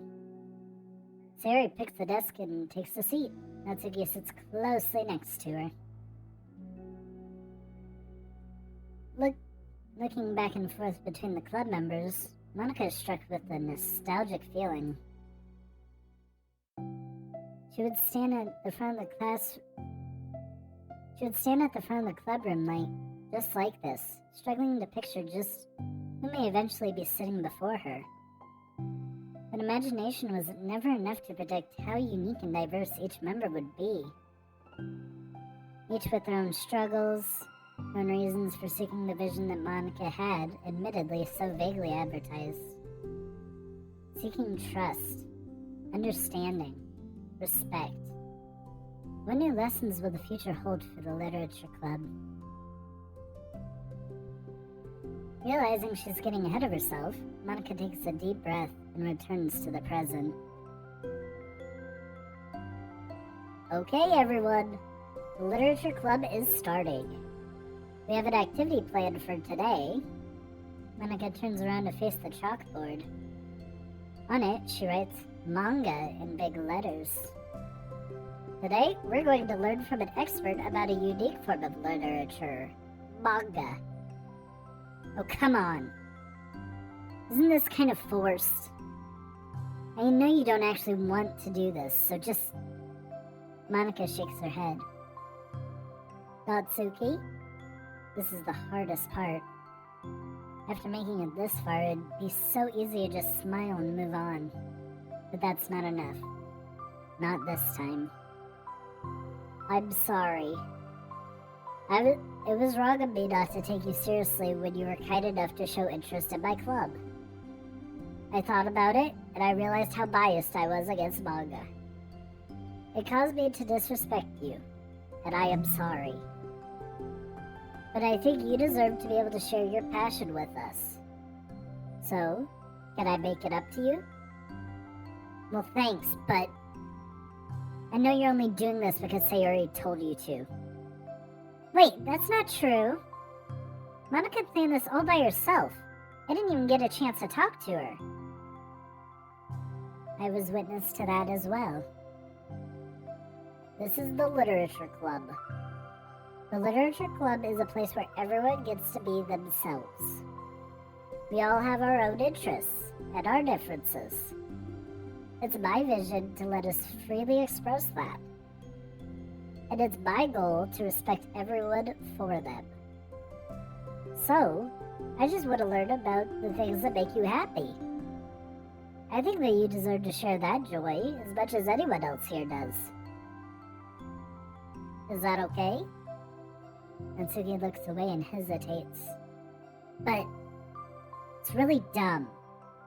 The stuff I'm into. Monika smiles. She kneels in front of Natsuki's desk, looking her straight in the eye. If you like it, then it's not dumb. Oh, except for me. Sayori, you're not dumb either. What the heck? You guys are so weird. Fine, I'll show you some of my manga. Only because you admitted that it's literature after all. Natsuki stands up. Oh yeah, I didn't say this before, but I'm actually into writing too. I'm kind of a pro. But I didn't want you to like me just for that. Wow, really? I really did have you all wrong, Natsuki. Yeah, whatever. Today is not about that anyway, right? It's about manga, so I hope you're ready.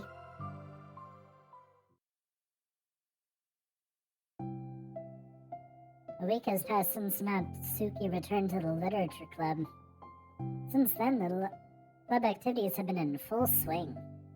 Each member had received a day in the spotlight to share all of their favorite kinds of literature with each other. As another meeting draws to a close, Monika approaches Natsuki on the way out. Natsuki, are you in a hurry home or anything? Me? Not particularly. Why? Oh, there was just something that I wanted to show you. If you had a few minutes. Sure, what is it? It's not in here. Can you follow me to the music room? The music room? Why? Well, you'll see. You know, I was thinking back, when the club was just me and Sayori, we would talk about how we envisioned the club to turn out. We cared a lot about it being a place where we could express themselves. And she said something strange to me. She said that I was trying to make the club that I needed myself more than anyone else. But I think it wasn't until you joined that I fully understood that. Because you really taught me a lot about myself. Like, things that I was probably always too stubborn to admit. Oh, come on, you can't mean that. I didn't do anything. I just, like, brought a bunch of manga and then I got fussy when I didn't have my way. It was really stupid of me to make such a big deal out of it. No, I honestly needed it. If you did express that you were hurt, I would to realize that I did something wrong. Besides, your feelings are valid. They deserve to be heard and respected. It's just really hard to feel that way sometimes. You know, like, I really shouldn't care about what other people think in the first place. But when you're just criticized by everyone around you for being this certain way, it can really get hard to just brush it off. And it makes me start to feel like I'm the problem. Like I'm not doing enough to please everyone else. And I'm being too entitled if I just want people to like me, without me having to hide a bunch of stuff about myself. I don't think I am. I just wish that sometimes people would try to appreciate me for who I actually am. As Monika listens, she recalls vividly how Natsuki's friends were treating her, and how naturally they did so. How long has she been fighting against that, refusing to change for others? I could only wish I was as strong as you are, Natsuki. You're so honest with yourself. I'm like, always trying to come off as perfect for other people. Anytime there's like a hint of contention, I just crumble. But it's thanks to you that I really started thinking about this stuff. You really inspired me to start working on it. But, well, like I said, I didn't even do anything. You were just being yourself. That's all you needed to do. Also, there's something else. Monika takes a breath. The thing is, I might have read a little bit of your manga. What? What the heck? Why didn't you tell me? I'm sorry, I think I just felt like kind of embarrassed to admit it after I gave you such a hard time about it. I can't believe you of all people were reading manga behind my back. That's so funny. Yeah, well, I just flipped through one of them out of curiosity, but I ended up reading a whole bunch of it.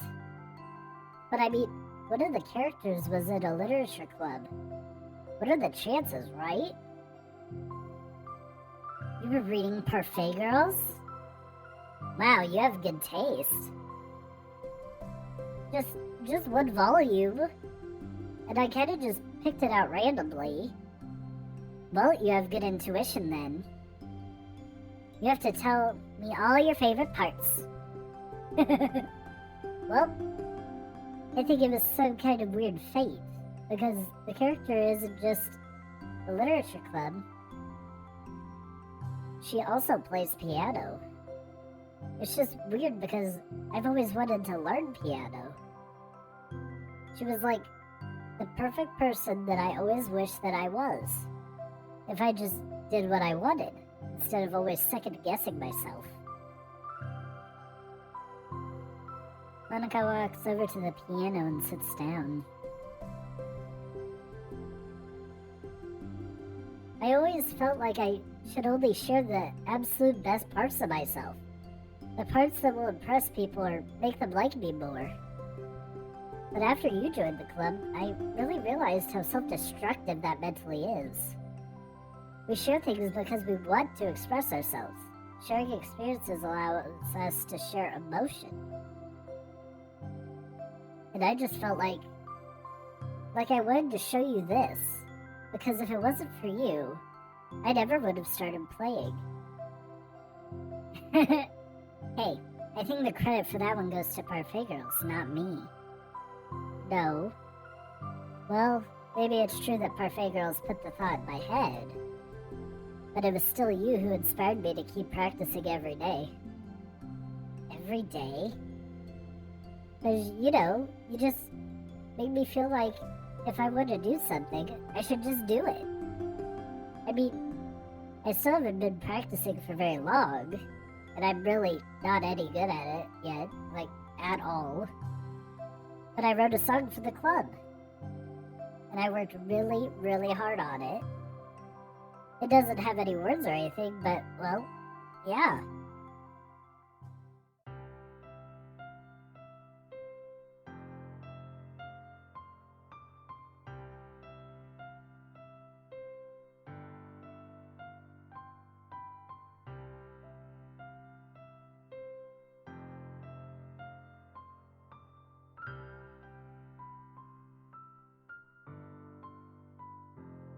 Alright, show off.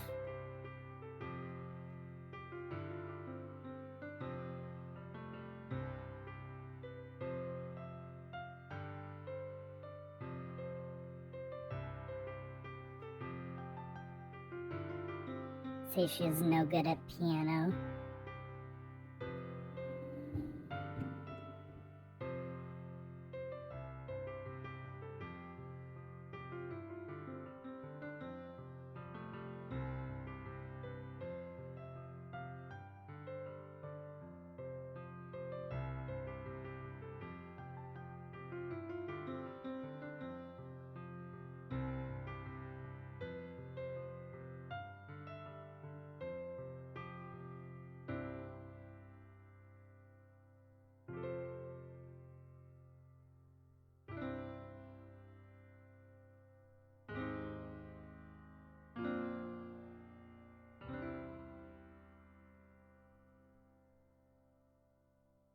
Our literature club is complete.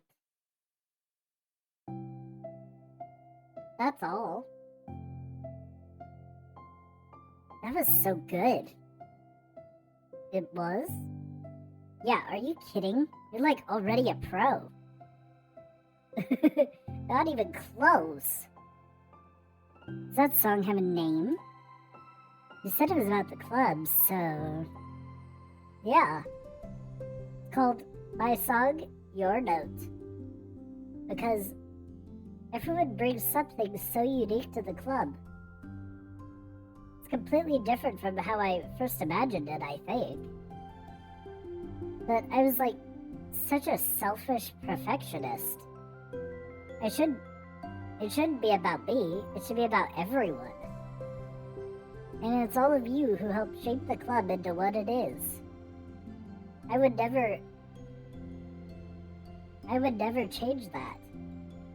Well, I think that's really thoughtful. And kind of flattering. I kind of feel like I don't deserve this much validation. I wasn't exactly very patient either when I first joined the club. It makes me feel like I should probably apologize too. I think I was just really fed up with a lot of things and I got frustrated after not getting my way in the club. So, yeah. I really didn't mean to take it out on you. I was being really immature. If you get my stubborn butt to apologize, I guess you're doing something right. That's fine. I'm past it too. I think we're already even. But it's really sweet that you were thinking about it. It takes a lot of maturity to reflect on that kind of thing. Well, I wonder who I got it from. Well? Oh, never mind. Well, anyway. Or even as long as you let... Wow, I can read. Well, we're even as long as you let me keep my manga in the clubroom. You did admit that it's a form of literature. You totally can't take that back now. You got me. The closet's all yours. I'll tell you what. I'll bring in a little something for the club tomorrow. I want to do something nice in return. What kind of little something? Oh, you'll see. But I don't think you'll be disappointed.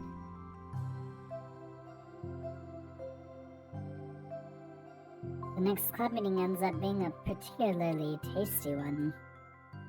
Cupcakes! Cupcakes. Delicious cupcakes. Oh no.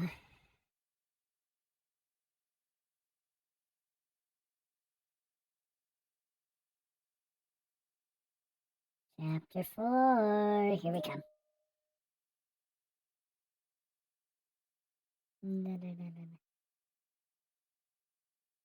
Chapter 4. Woohoo.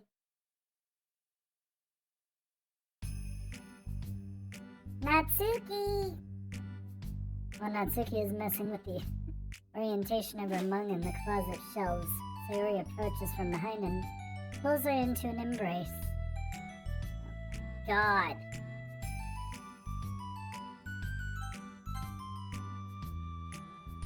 What? Hi! Hi. The literature club has been in full swing since Natsuki joined. Including her, the club is now comprised of 4 members. Sayori, Natsuki, Yuri, and Monika. Each club member had received a day in the spotlight to share all of their favorite kinds of literature with each other. Natsuki was first and shared her passion for manga. Then, Sayori shared her love of poetry, and, well, as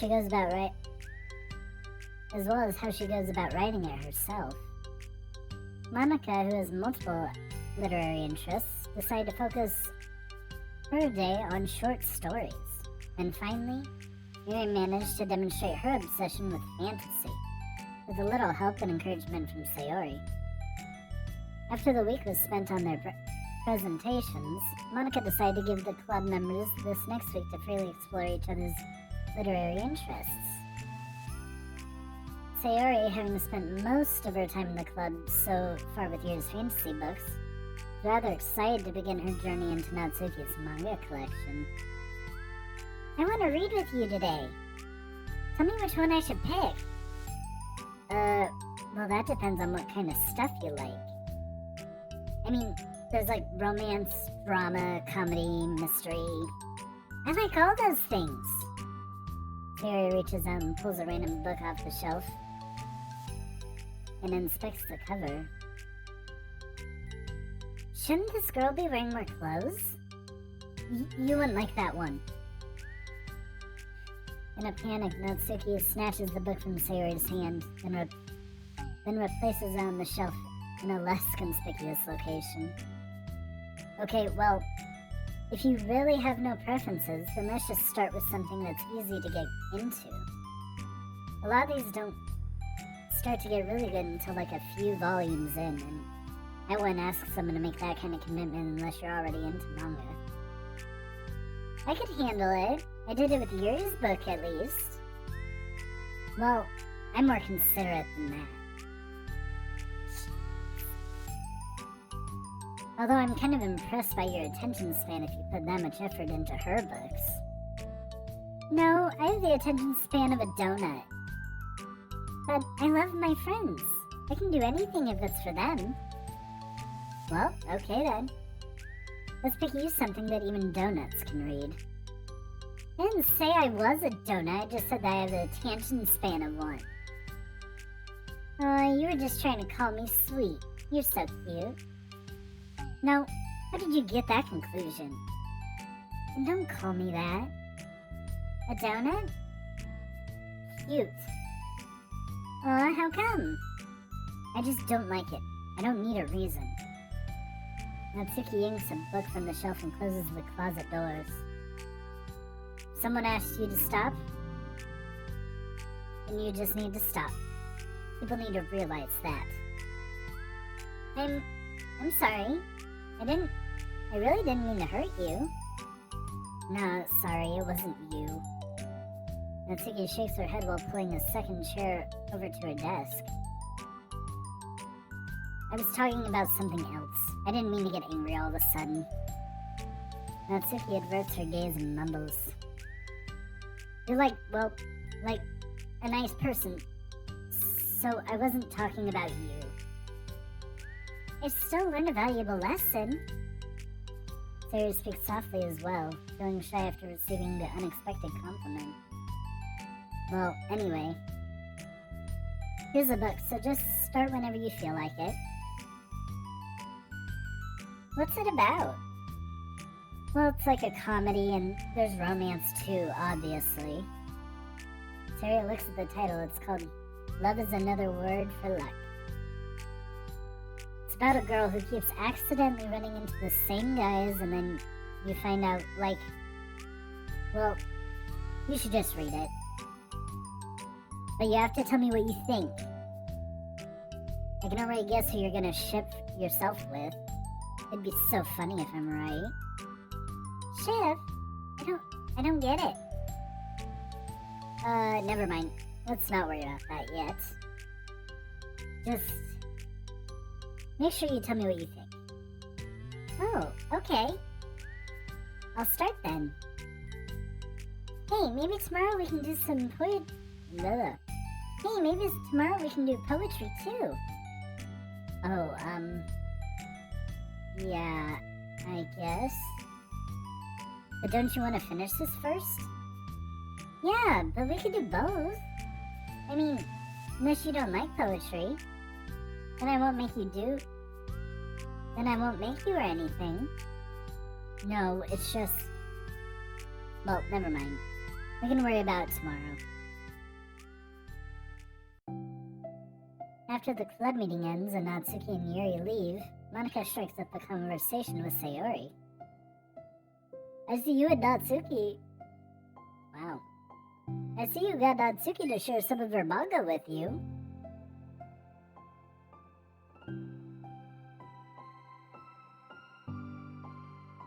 I really want to become better friends with her. She's so enthusiastic and expressive. I could just listen to her talk. She's so... I'm not sure she meant I can't say that to her, or if I just can't say it at all. Say what? Nothing. I'm a woman of respect. But Natsuki is a woman of cute. Oh, I said it. What's so bad about that? I don't know, but, you know, there's one thing I'm kind of worried about. Sometimes I'm afraid that Natsuki actually doesn't like me very much. Oh, that's ridiculous. How come you feel that way? Well, I mean, just little signs, like how she only says hi to me after I say hi to her first. And it feels like she only gets excited to talk to me when it's about manga and other stuff she likes. She just seems dismissive a lot. She was like that when I brought up poetry. Yeah, but that doesn't mean she doesn't like you. She's probably just shy, you know. Maybe. My stupid head is just making me worry for no reason. It likes to do that. It's okay. Try not to worry so much. Everything will be great. But you can always talk to me about any concerns that you have. I'm here to help. You're the best. Sayori gives Monika a quick hug. Well, I'm gonna keep trying because I love her and I want to get closer to her. You got this.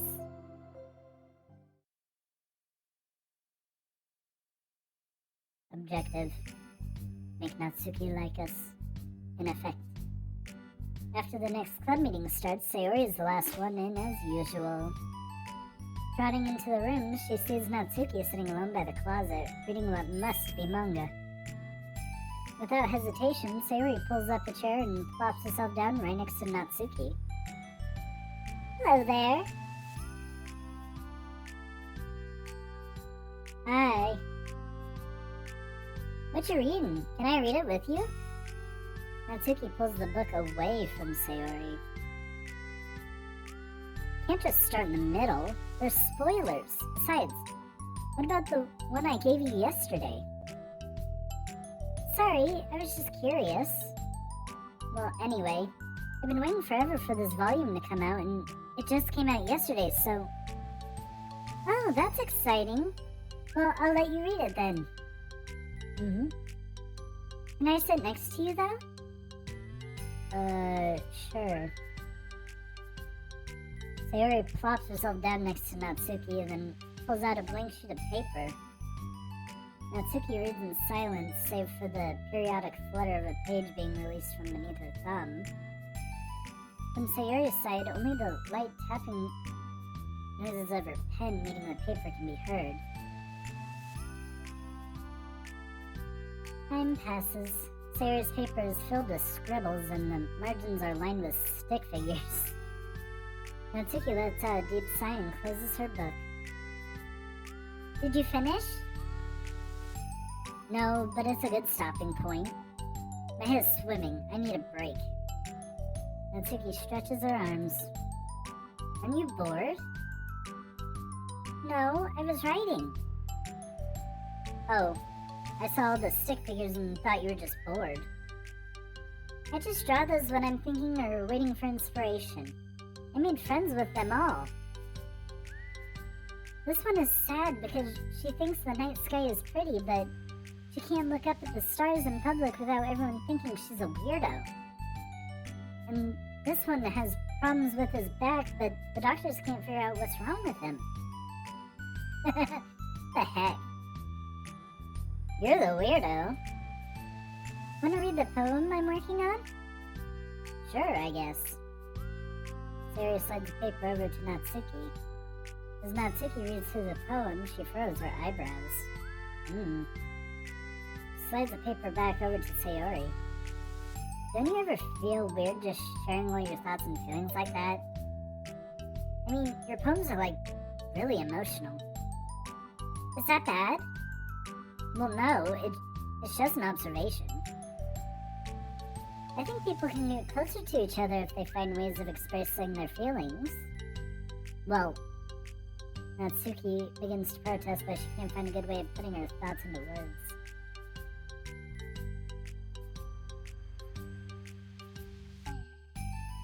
Doesn't that depend more on the kinds of friends you have?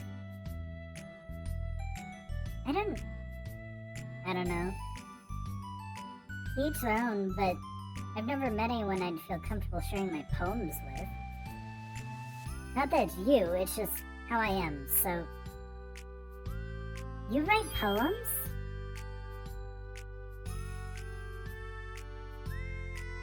You never told me that. I just thought you wrote other stuff. Yeah, that too, but... You should... I mean, would you ever want to share? Like I said, I don't do that. But, can we talk about something else? I'm sorry. It's not your fault, it just makes me uncomfortable. I can't help it. Still, I'm sorry. It's fine.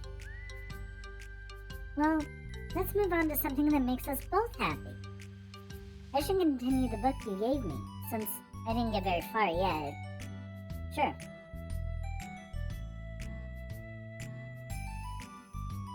Over the next few days, Sayori begins each club meeting by approaching Natsuki with unwavering enthusiasm. It's Natsuki! Natsuki!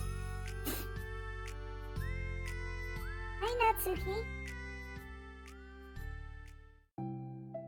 At the end of one club meeting, Monika has become rather invested in Sayori's friendship mission.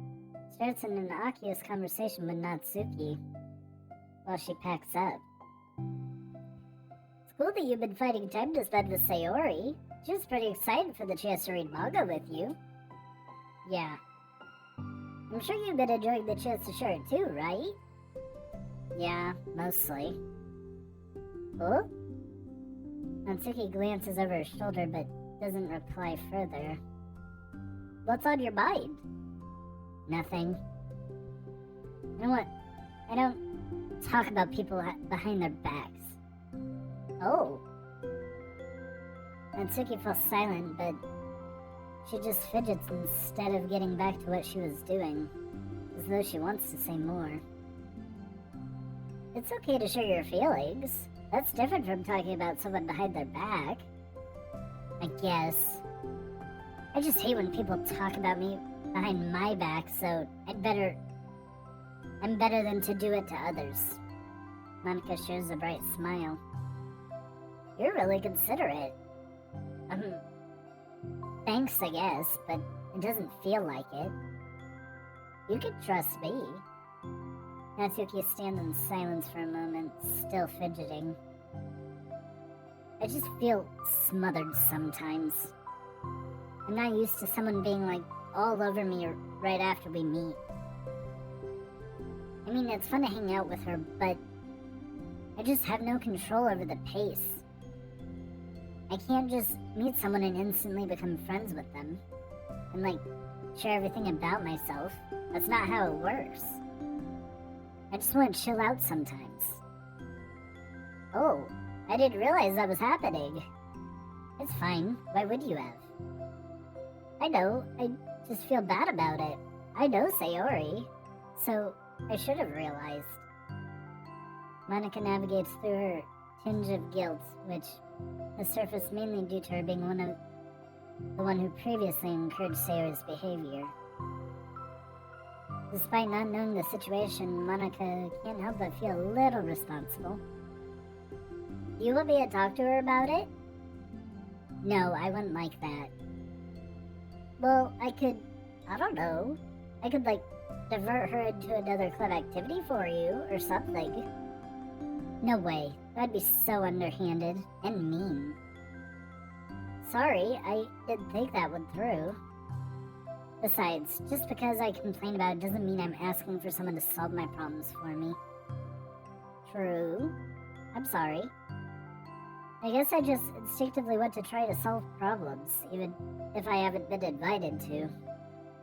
It's fine. I would talk to Sayori about it, but it would make things really weird between us.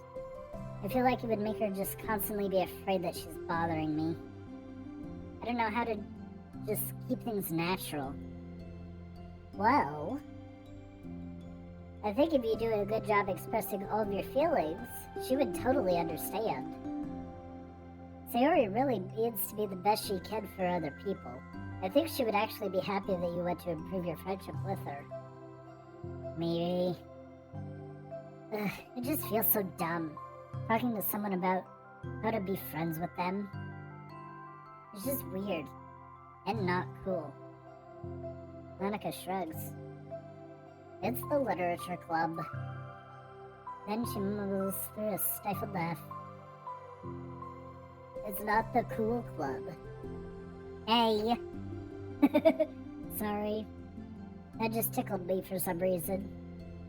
Look, I know that you're kind of in a tough spot and that it's hard for you to really express yourself. But you've really demonstrated to me that you're great at self-reflection and critical thinking, even if it doesn't feel like it to you. I think that's the most important part of being able to navigate through these things. So I believe that you'll find the right thing to do. Well, Natsuki instinctively starts to reject the compliment, but can't find any excuse to do so. Thanks. Natsuki gathers her things, then she finishes her thought in a mumble. And I'm still glad I joined the club, even if it's weird sometimes. Monika smiles, but Natsuki turns her back and walks away before waiting for a reply. It was an unusual way for Natsuki to express her appreciation, but Monika knew what she meant. It made Monika feel like everything really was going to be okay.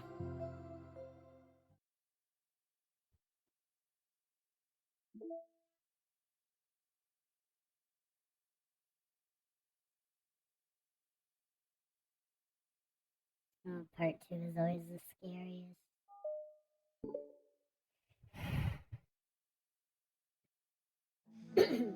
Alright. It's lunchtime. Sayori, who usually buys her lunch, is making her way to the cafeteria like any other day. The clamor and bustle of the students is drowned by Sayori's impeccable skill of zoning out. However, her imagination is momentarily interrupted by the glimpse of a familiar pink-haired girl. Hey, that's Natsuki. I never run into the other club members around the school. Natsuki! Sayori stands on her tiptoes and waves. Natsuki, who's busy walking and chatting with her friends, doesn't know Sayori at first. Then she glances over in Sayori's direction. Sayori waves enthusiastically. Following her friends, Natsuki quickly ducks around the corner. Hey! She definitely saw me. Oh no, she's avoiding us. Monika's the first to arrive to the club meeting, then Natsuki. Sayori, having glanced through the window to see Natsuki already inside, is unable to work up enough courage to enter. Natsuki's been so distant with me. It was stupid to think she ever wanted to be friends. She only got excited because she got to share her manga. But aside from that, she doesn't even like me. I should just go home today. Sorry, but do you plan on going inside? No. Why? I'm sulking. Oh. Well, I'm sorry for bothering you. Excuse me. No, don't leave me! Oh, I'll stay here then. I don't want to go in. I'm afraid of bothering Natsuki.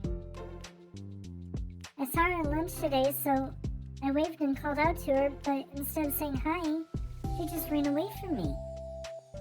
Really? Not bad. Hey! Sorry. I'm sorry, that was a joke. It's just sounded like something stupid that I would do. From anxiety. From anxiety? Well, I just don't like attention being drawn to myself. Oh. Well, that makes sense based on the person you are. But Natsuki isn't shy like that at all. I thought we were friends. But it feels like every day she's just trying to distance herself more, instead of closer. Makes me feel like she was only spending time with me during the club because I was reading manga, but she doesn't actually want to be friends with me. Well, I feel like I'm missing a lot of context here. Was she in the middle of anything when you approached her? No, she was just walking with her friends. With her friends. Yuri pauses for a moment. How do I put this? Sayori, you're very fond of your friends, right? You always want to be spending time with them? Of course! I don't think there's anything more important to me. I mean, the best parts of my day are always with my friends. Besides that, I really hate being alone, so... You hate being alone? Sayori nods. We're very different people. I cherish my alone time. I wouldn't trade it for anything. So, I think... Well, if I'm trying to have alone time and it was being threatened with an interruption, then it just would not make me very happy. Yeah, but that doesn't have to do with Natsuki. She was already with her friends, not trying to be alone or anything. No, I think it's similar. Well, we're all friends in the club. But we have our own lives outside of the club as well. If you think about it, making new friends isn't some casual occurrence that happens on a daily basis. A friendship is an invitation to intertwine your lives together. But the capacity at which each person is ready to do that might be different. There are friends who just like to have fun together, and others who talk every day and share every detail of their lives with each other. I think when establishing a friendship, it's important to consider the comfort level of the other person. I mean, we don't really know much about Natsuki's life outside the club. It could be that she simply needs to make friends at her own pace, rather than jump headfirst into a new commitment. But that means I really was bothering her. I just really wanted to be good friends with her, so I treated her like one. Was I actually hurting her? I don't know. I'm sorry.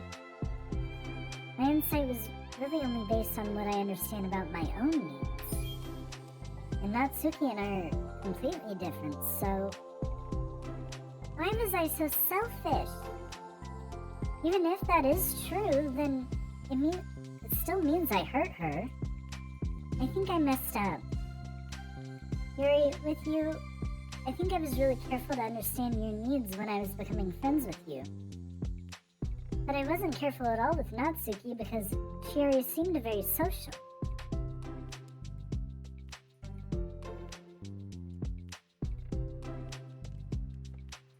I just took control of everything instead of looking for the right balance. I know I hurt her and she doesn't want to talk to me. How could I let myself do this? Sayori, I think that... Well, there was one time when you told me something about the way I saw things in my head being different from reality. It's easy to automatically jump to the worst case scenario, but I think it's more likely that Natsuki doesn't harbor any ill feelings towards you. So I think if we were to realistically consider the situation and how it would cause someone to feel, I'm bad at this. I'm sorry. You're a lot better than me at things like comforting and reassuring people. Suddenly, Sayori gives Yuri a gentle hug.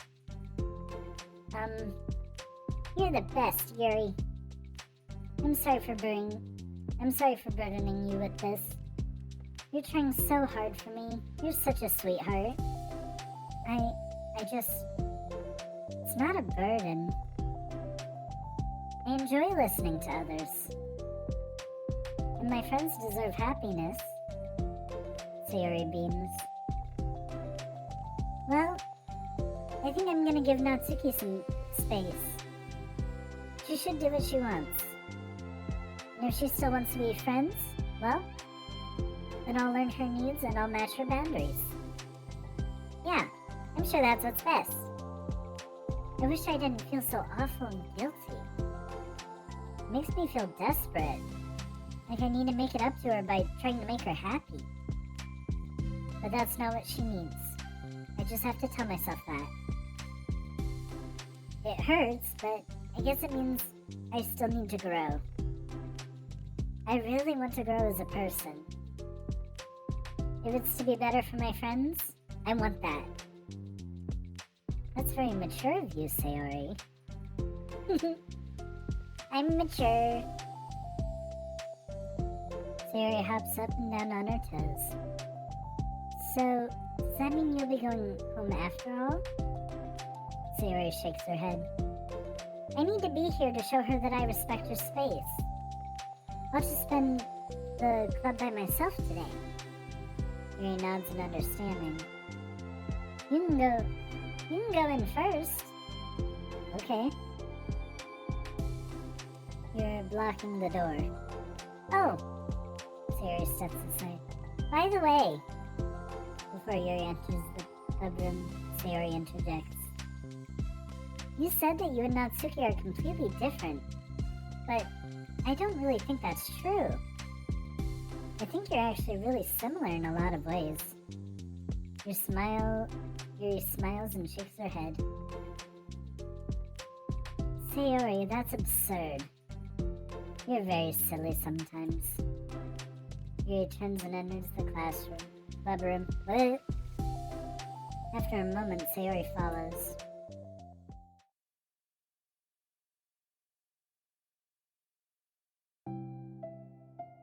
The clubroom is quiet.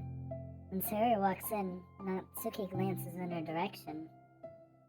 Sayori smiles and gives Natsuki a quick wave before sitting down across the room. Yuri's face is already buried in a book. Sayori decides it's best to continue the manga she was reading, so she pulls it out. However, it looks like Natsuki isn't reading today. She has a sheet of paper in front of her and is tapping a pen against her desk, staring at it. Oh, are we writing today? Monika speaks in a quiet voice, unwilling to disturb the peace of the clubroom. She kneels down at Natsuki's desk. Hey! Natsuki pulls the sheet closer to her and covers it with her arms. Sorry, I didn't mean to peek. Whatever. I just wanted to know how everything was going. It's fine. Natsuki replies dismissively. She glances over at Sayori, who is focused on her manga. Monika follows Natsuki's gaze. Bleh. I think she's mad at me. How come? I'm busy right now. Ask me later. What? Monika falls silent. Natsuki looks back down at her paper. She inches her hand away from the top margin, allowing Monika to see. She says, "To Sayori." Understanding, Monika smiles. She places a hand on Natsuki's shoulder and whispers softly, "I'm proud of you." Natsuki looks away but makes no motion to remove Monika's hand. Monika gives Natsuki's shoulder a quick squeeze before standing back up and pulling away.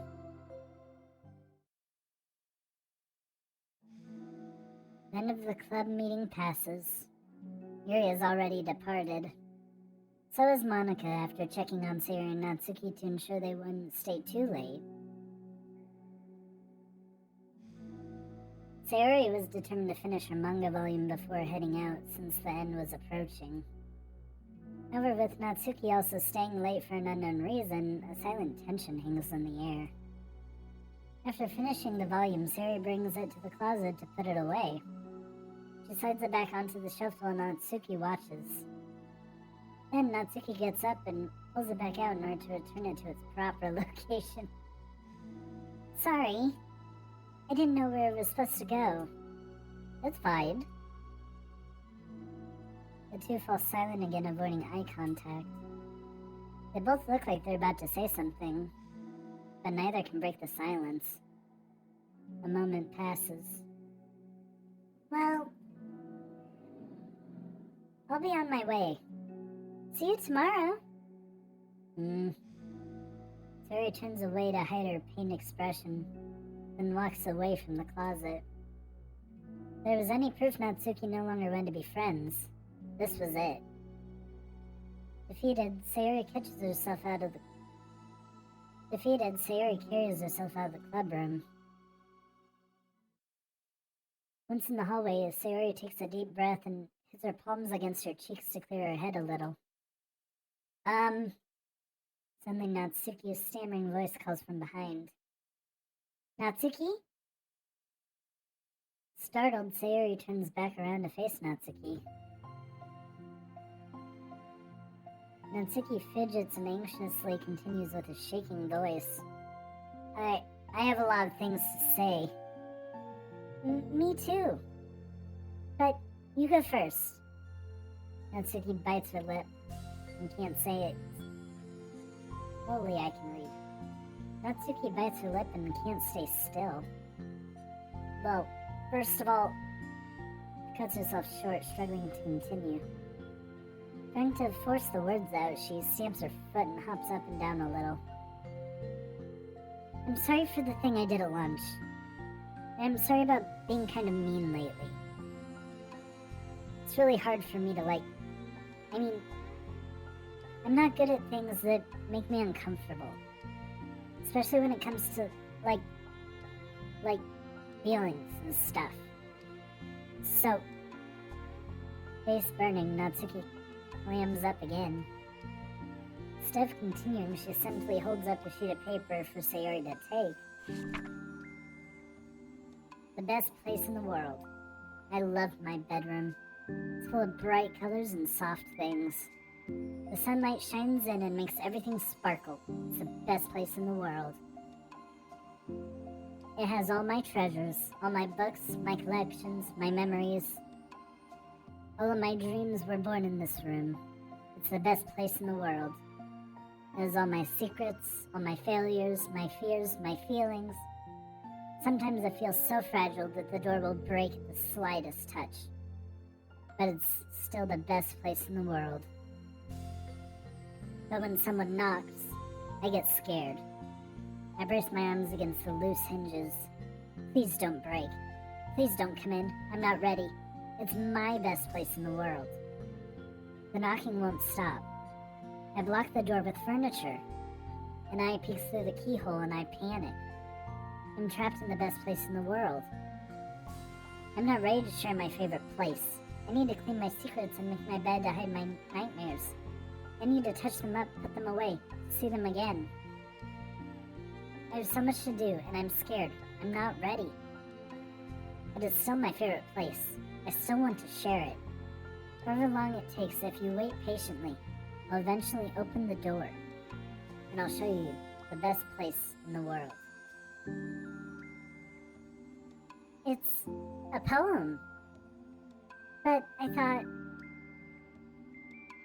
well, I sucked it up so that I could work things out with you. So just be happy about it. Please? Natsuki smiles deeply from the bottom of her heart.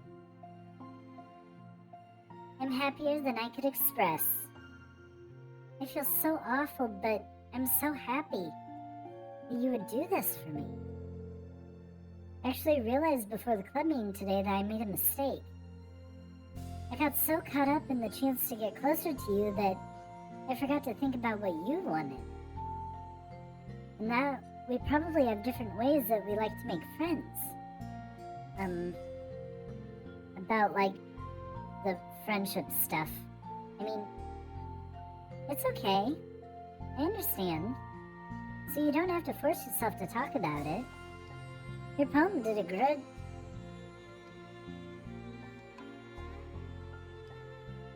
Your poem did a good job.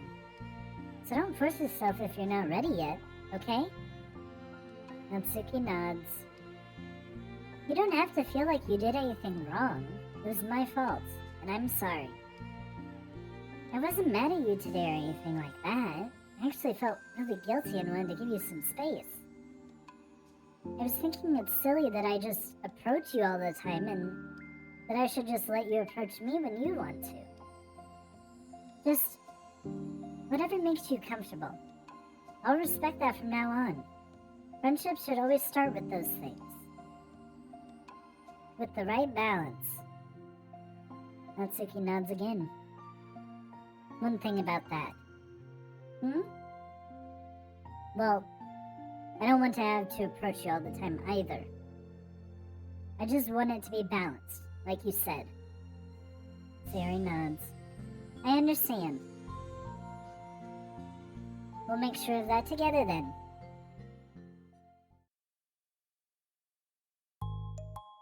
Well, anyway, now that the two of them have found common ground, Natsuki finds it easier to speak more freely again. I'm not gonna be like sharing my poems all the time now or anything like that. But I guess it wouldn't hurt to do once in a while. Only the best ones. So you better like them, because otherwise I might change my mind. I like anything you do, Natsuki.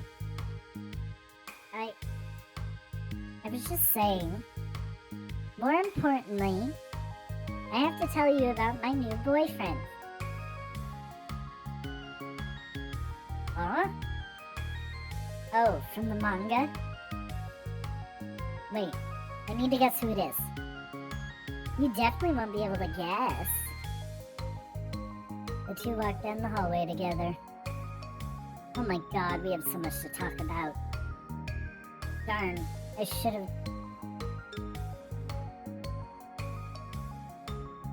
Darn, I should have told you to save the last two chapters so I could see your reaction to the big reveal. Aw, you wanted to enjoy it with me? That's so cute. Oh, shush.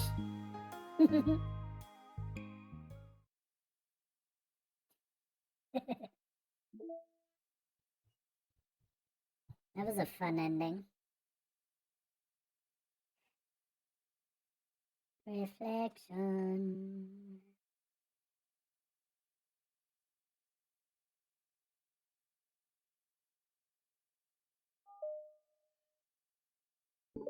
This'll be interesting. Am I bothering you? No. Okay, just checking. It's hard to tell since you always look so into what you're reading. It makes me scared to interrupt. Well, it's within my expectations to be interrupted when I read here. It's mainly when I'm by myself that I don't like it. Oh, that makes sense. I guess if you're here in the first place, then you're more ready to socialize, even if it takes a bit of prodding. It's not so bad to be social if I let others do the work, so it can be healthy to put myself in social environments every now and then.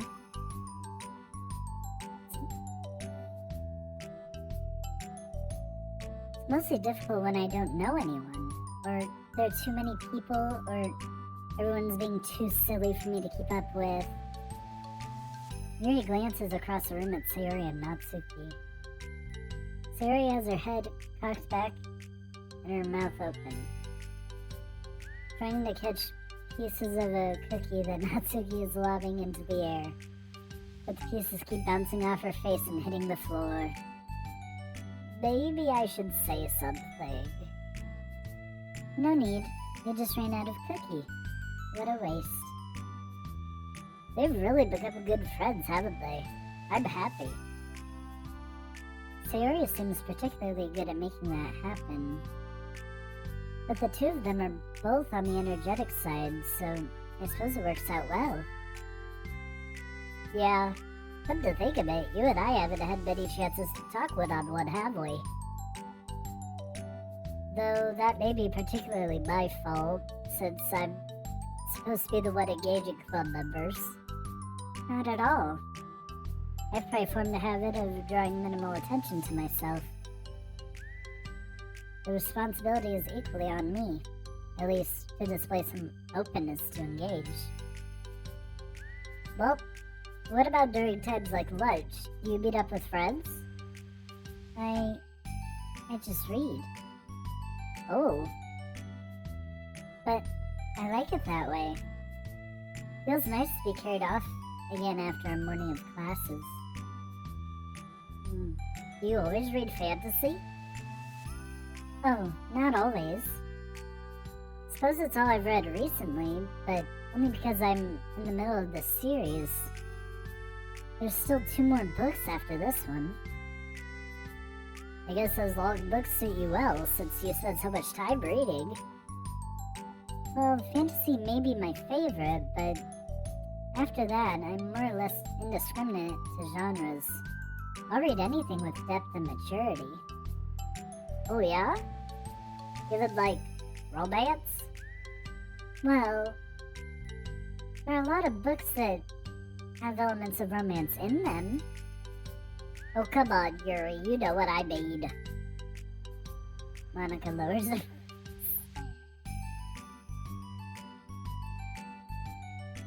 It's a guilty pleasure of mine, so I won't tell if you don't. Wow, I did not read that right. It's a guilty pleasure of mine, so I won't tell anyone if you do too. Maybe more when I was in middle school. I mean, I was really lonely and people were mean to me a lot. So it kind of felt like, people don't make me think about, please don't make me think about the past. Sorry, I just got super curious. You know, we should totally pick out a romance novel to read. That would be so much fun. Absolutely not. Really? Even if it was just between us?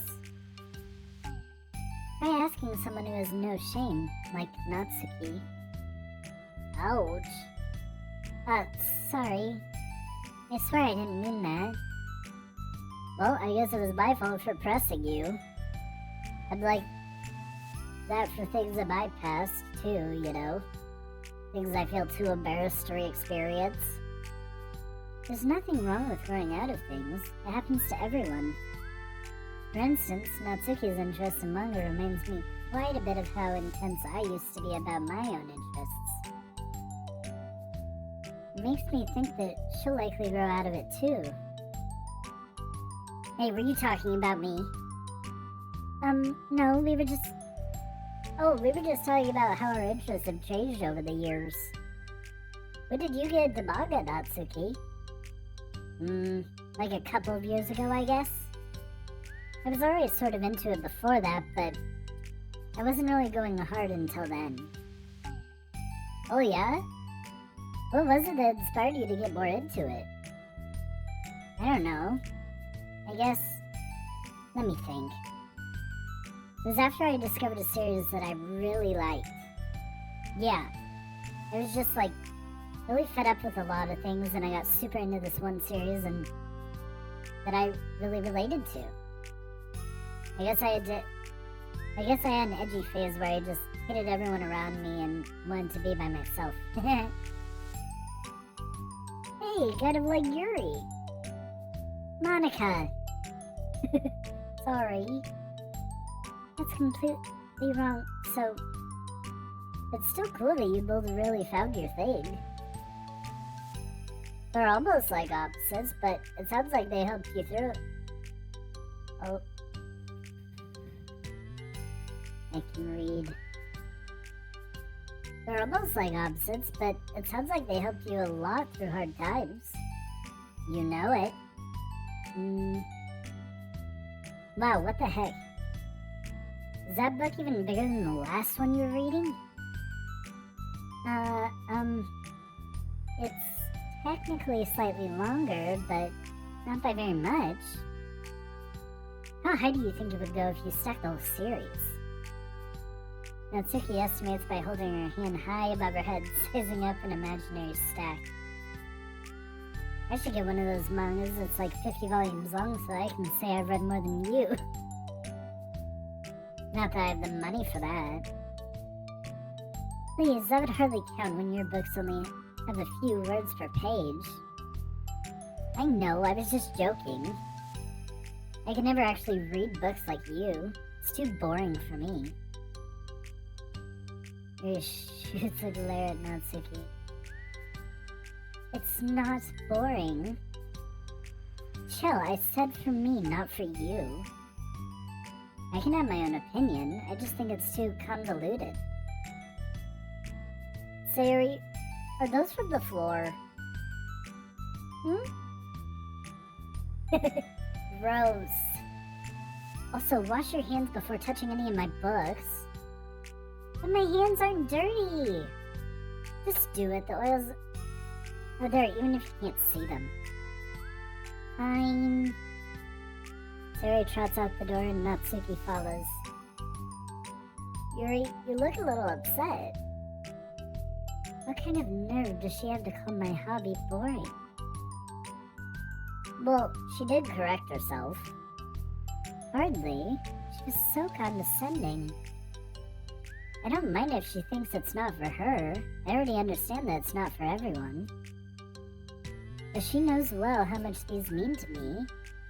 So, how about just leaving me alone instead of needlessly telling me the things that you hate about it?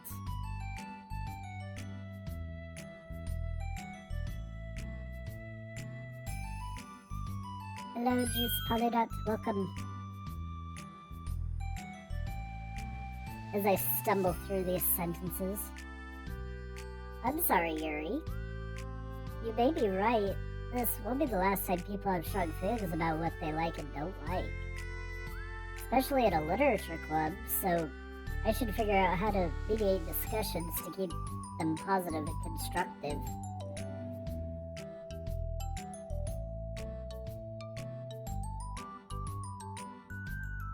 I I'm playing through the side stories right now. I have not played them before, so yes, this would be my first time. I've already played through the main story quite a few times, though. For the record, I've always been impressed by the level of creativity in your books, and also your ability to get through them so quickly. Thank you. Okay, well, this is something that I'll have to think about and revisit. I'm sure I can help Natsuki find some common ground with you. Common ground isn't necessary. I just want to be respected.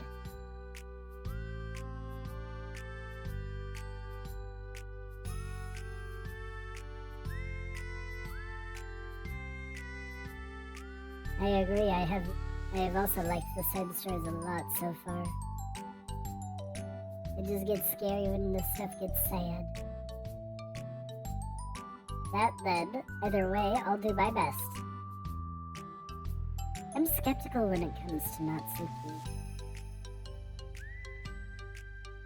I trust you, Monika, but I'm skeptical.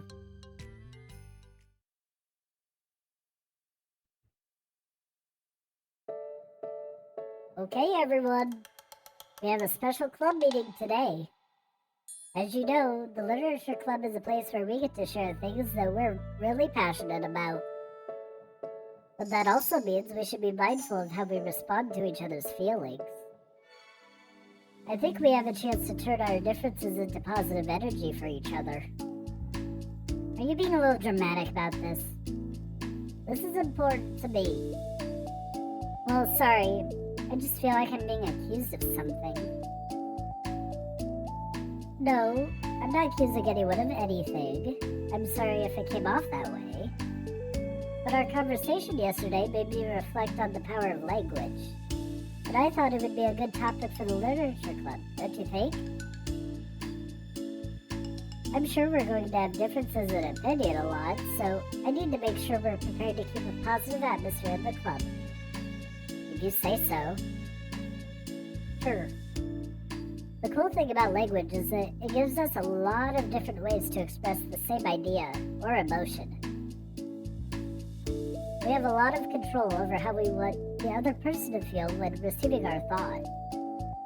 This goes for poetry, narratives, casual conversation, basically anything. For example, Sayori, what's your favorite food?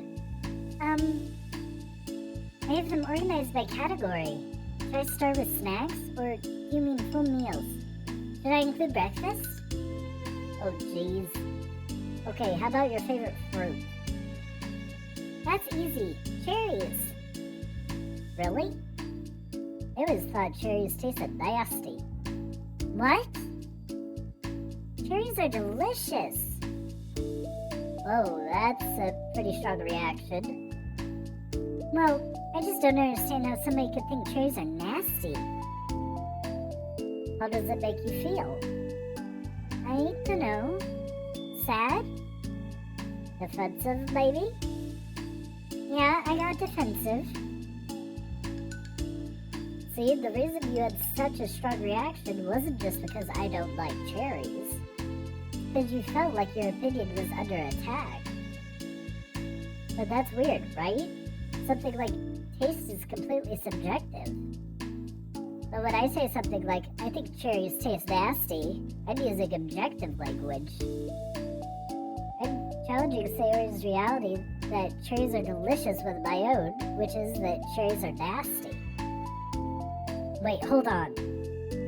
How is that objective when you just said it was your own opinion? It has to do with the way our brains interpret the words. You're talking about the reality of the cherries, not your feelings about them. Like Sayori. Let's rewind for a second and pretend I didn't tell you that I think cherries are nasty. Good. So what if instead of that, I said like, I've tried cherries and they're not for me. It's not the kind of flavor I enjoy. Well, that's fine. As long as you don't call them nasty. Nasty is a nasty word. Okay, so cherries was kind of a weird example, but I think it gets the point across. This time around, instead of talking about the cherries, I just talked about my feelings, and Sayori didn't get defensive. So instead of clashing with each other, it's like we received an invitation to talk about our differences. Yuri, you don't need to take notes. I'm not gonna quiz you or something. I know that. I was just, sorry, I didn't mean to call you out. You can do whatever you'd like. But does anyone have any thoughts so far? Yeah, I just feel like I shouldn't have to put all my language through a filter just to protect someone's feelings. Well, you don't have to. The choice is yours on how you want to come across to other people. I'm only suggesting it as a tool to help turn your differences into a positive experience, rather than an argument. Right, Sayori? Whatever you say, cherry hater. Oh, come on. Sayori, I actually like cherries. I was just saying that to help demonstrate. What the heck? I've been duped. I'm sorry, Sayori. I'll make it up to you later. How about a cherry sundae? You're welcome to dupe me again anytime, my beloved president. Find your people's loyalty. How deplorable. Oh, like you wouldn't turn down a free sundae, Yuri? You were certainly a fan of those cupcakes I brought the other week. That was... I was reading and not keeping track of them. Well, that's enough. We're getting off topic. So now that we have the gist of it, and now... How about we try it with some more... Now that we have the gist of it, how about we try it with something more relevant to the club? Like manga, right? Let's try to have a productive discussion about our differences in opinion. Yuri, do you want to start? Well, I'd rather not, no. Oh, come on. Well, because I don't see how anything productive can come from that. It's just going to start a fight. No, it'll be fine. That's why I'm here to moderate. Let's just have a calm and rational discussion. Yeah, give me a little more credit. I'm not a child. You don't have to coddle my feelings.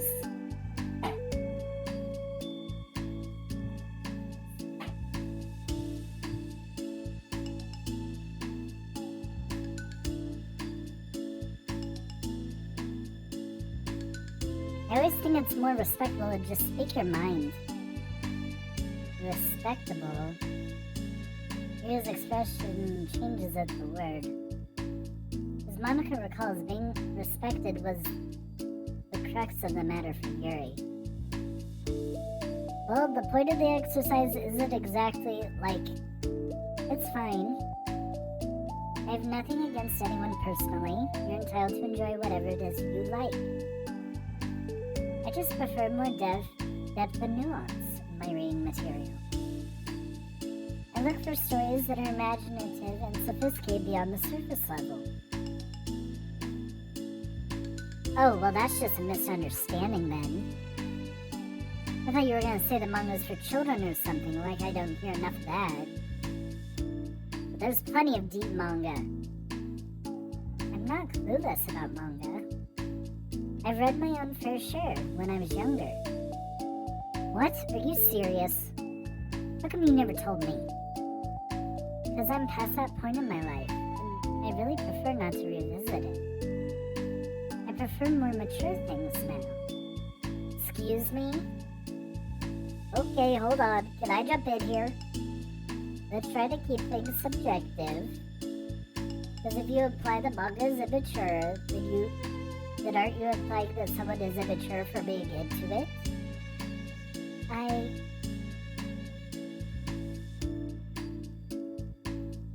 Well, maybe it's immature to judge people for having different tastes than you.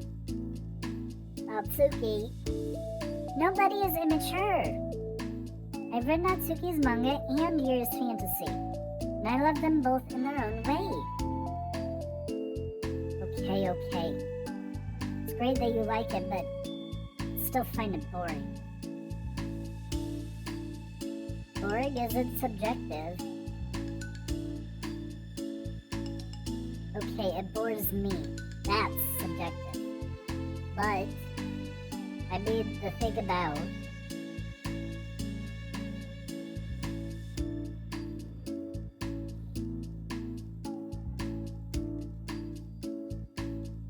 This is ridiculous. You see why I didn't want to participate in this? I knew it was just going to make people upset.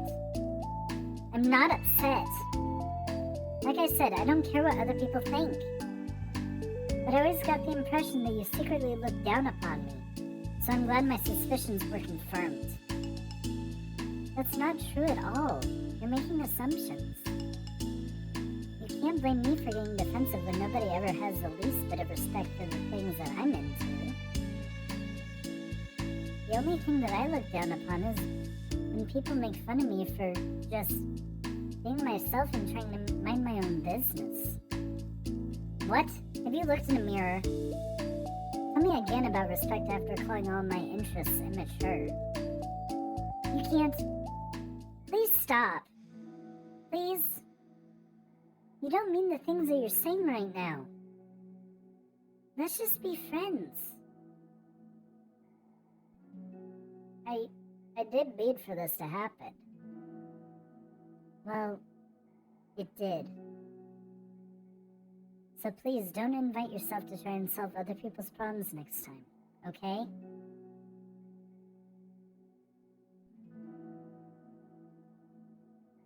Yuri's piercing words send the clubroom into a choked silence as she gathers her things.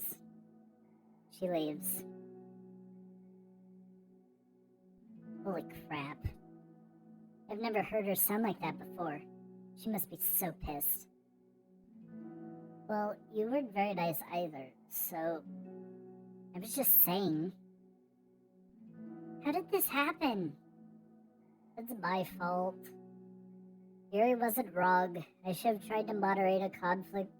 I shouldn't have tried to moderate a conflict when I know how bad I am at dealing with conflicts. It was a really stupid thing for me to do. It's nobody's fault, and it wasn't stupid. Everyone in the club is a nice person. Nobody would have expected this. But I guess we're sensitive about the things we really love. Honestly, she kind of brought it up on herself. Like I said, I don't care if you're not into manga, but if you actually look down on other people for it, that's kind of the point I was trying to make in the first place. It's not about sugarcoating things. It's about just recognizing and understanding our differences. Okay, but here's the thing about that. Yuri actually looks down on me. It's nothing to do with her word choice or anything like that. So, I see what you're trying to do, but I really think the problem here is her. Not just the way we talk to each other, right? I mean, Yuri isn't like that. She's a lot sweeter than you're giving her credit for. I'm sure she'll be reflecting on this. I actually think everyone should. It'll be fine. I'll figure something out.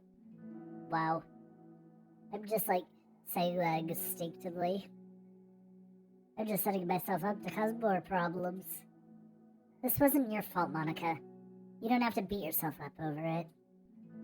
You ask me, it's a good thing that the truth finally came out. Because I can just move on now. But... it's fine, I promise. Let's just get our minds off this, okay? In fact, it's a good opportunity to read some manga, without having to worry about feeding Yuri's superiority complex. Don't be mean. I'll talk or read manga or whatever you want, but don't be mean to my friends, okay? Sorry. I'm just bitter. Everything will be okay. I mean, I don't have the answers, but I at least know that we're all good people and don't want to hurt each other. This will be a learning experience. Monika says that, but her uneasiness is giving away by how much she has to force the reassuring tone in her voice. This is bound to happen eventually. Natsuki and Yuri have always engaged with each other the least out of anyone, and this is the reason. As Sayori and Natsuki proceed to distract themselves with manga, Monika sighs to herself, unable to shake her worried thoughts. Will the club really have to just come to terms with the fact that some members will be incompatible with each other? Monika desperately doesn't want to admit that, and she knows Sayori doesn't either. But for once, a solution doesn't seem to be in sight.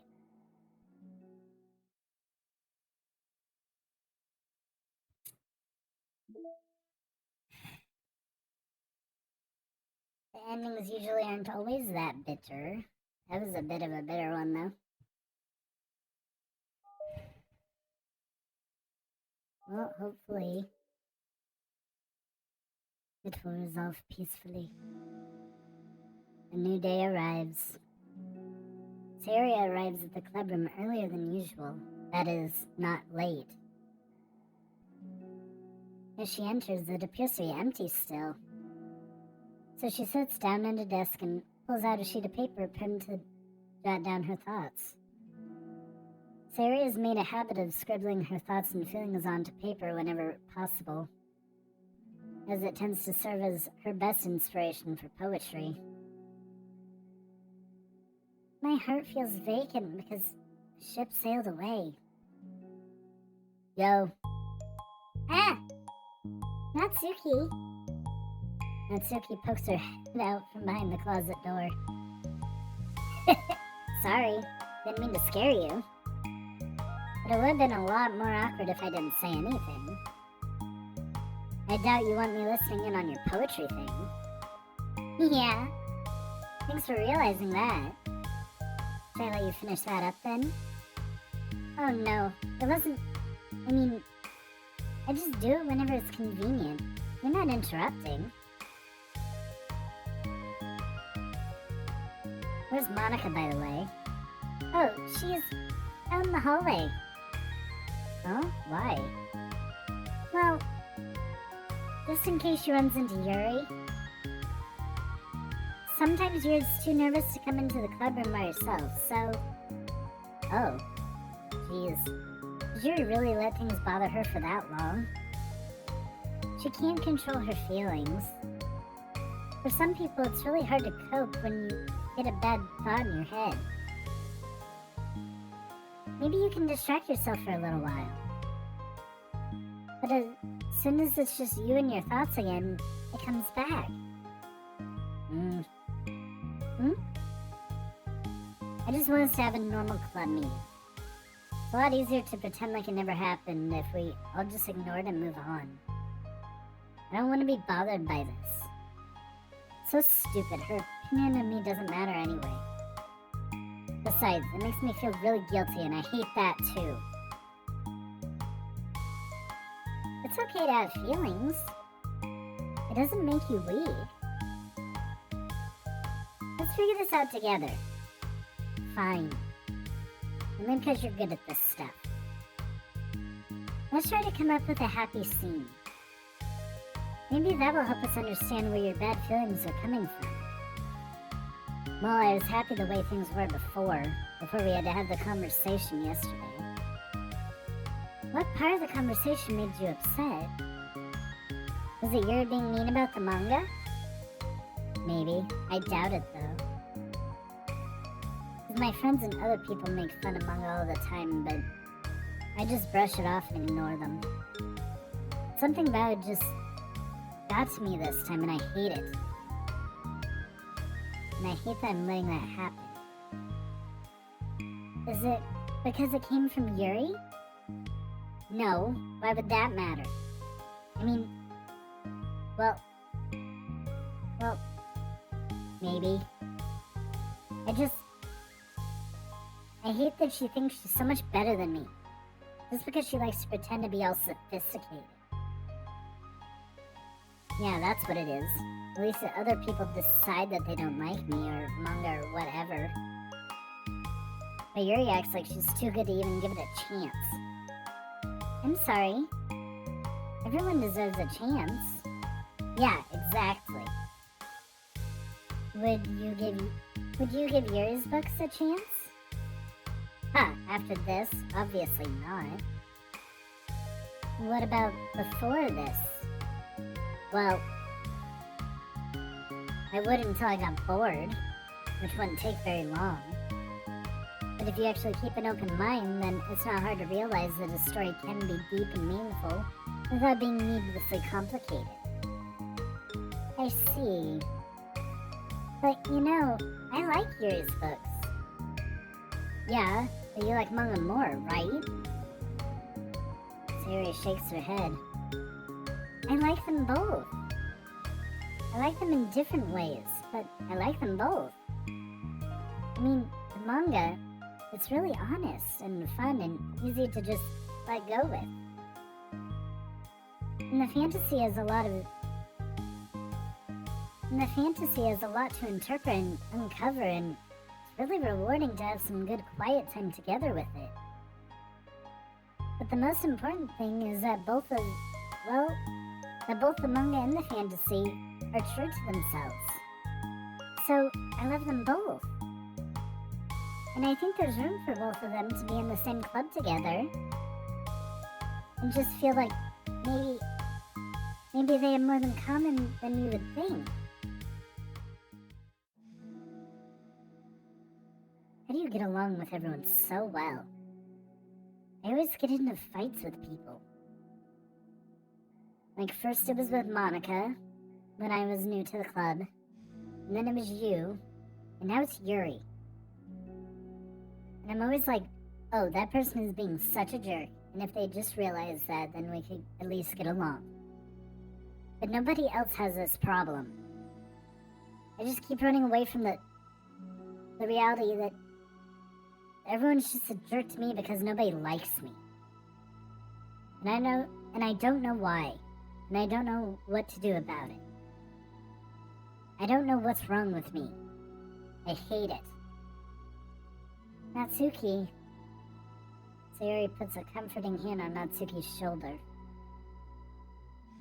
You're a wonderful person. You deserve to be loved as much as anyone else. Everyone has different ways they like to communicate, you know? And sometimes that makes it harder for us to understand each other. I think that sometimes we get lucky and we make friends who are really good at the same kinds of communication. And it feels like you magically connect with them. But other times, even if both people are really nice, it's easy for them to misunderstand each other or to get the communication wrong. Something that Yuri struggles a lot with too. It can be really hard. It takes a lot of reflection and self-awareness and vulnerability. I'm bad at that too. Vulnerability. I always have to be the strongest. What do you mean? Tell me about that part of you. Well, sounds stupid, but I'm really used to people being mean to me. Like my friends, and I guess my dad. Like when I don't get good grades, or even stupid things like if my room isn't clean. So what I'm gonna do? Cry about it? If I let myself get upset, then it's just letting them win. I'm better than that. I'm better than all of them. So, things always have to be everyone else's fault. Feels like if something goes wrong, and there's even a tiny hint that it might be my fault, then I just get really angry, and I find ways to blame everything else instead. Do you see yourself as better than Yuri? If I said that, then I'd be just sounding really full of myself. No. Our thoughts and our feelings are two different things. Even if we don't like our feelings, we have to understand them if we want to learn more about themselves. That's part of vulnerability, you know? Accepting that we have feelings that we don't like. I hate that. My feelings make me a bad person. My feelings just want to tell me that I'm so much better than her.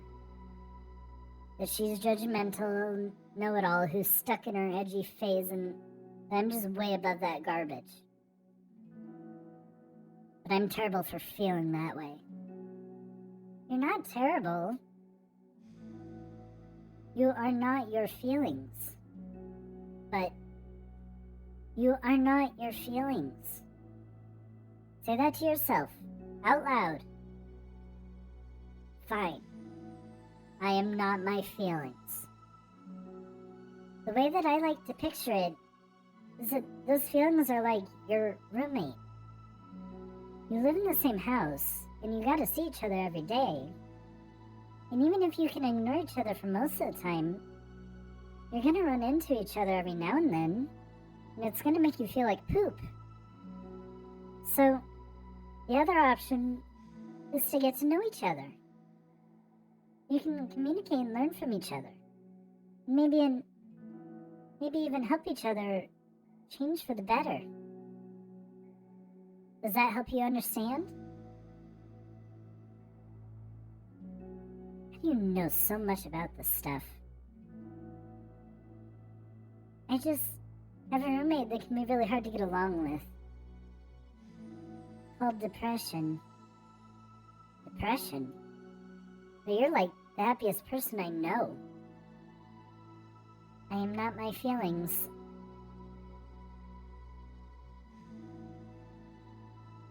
I want to be a good person like you. Aw, you little sweetheart.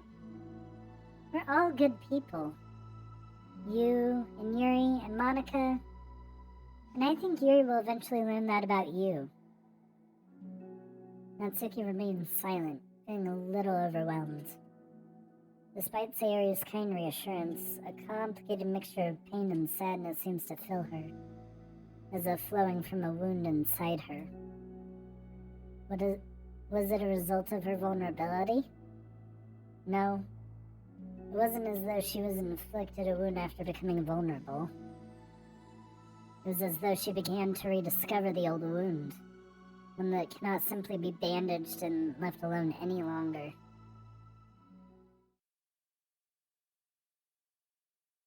Healing. Hello. Yuri, what are you doing all the way over here? I was looking for you. Please don't yell at me. Oh, I'm not going to yell at you. I just wanted to say I'm sorry about what happened yesterday. It was unfair of me to put everyone on the spot like that. Next time, I won't just try and jump in and solve everyone's problems. I guess it's a bad habit of mine.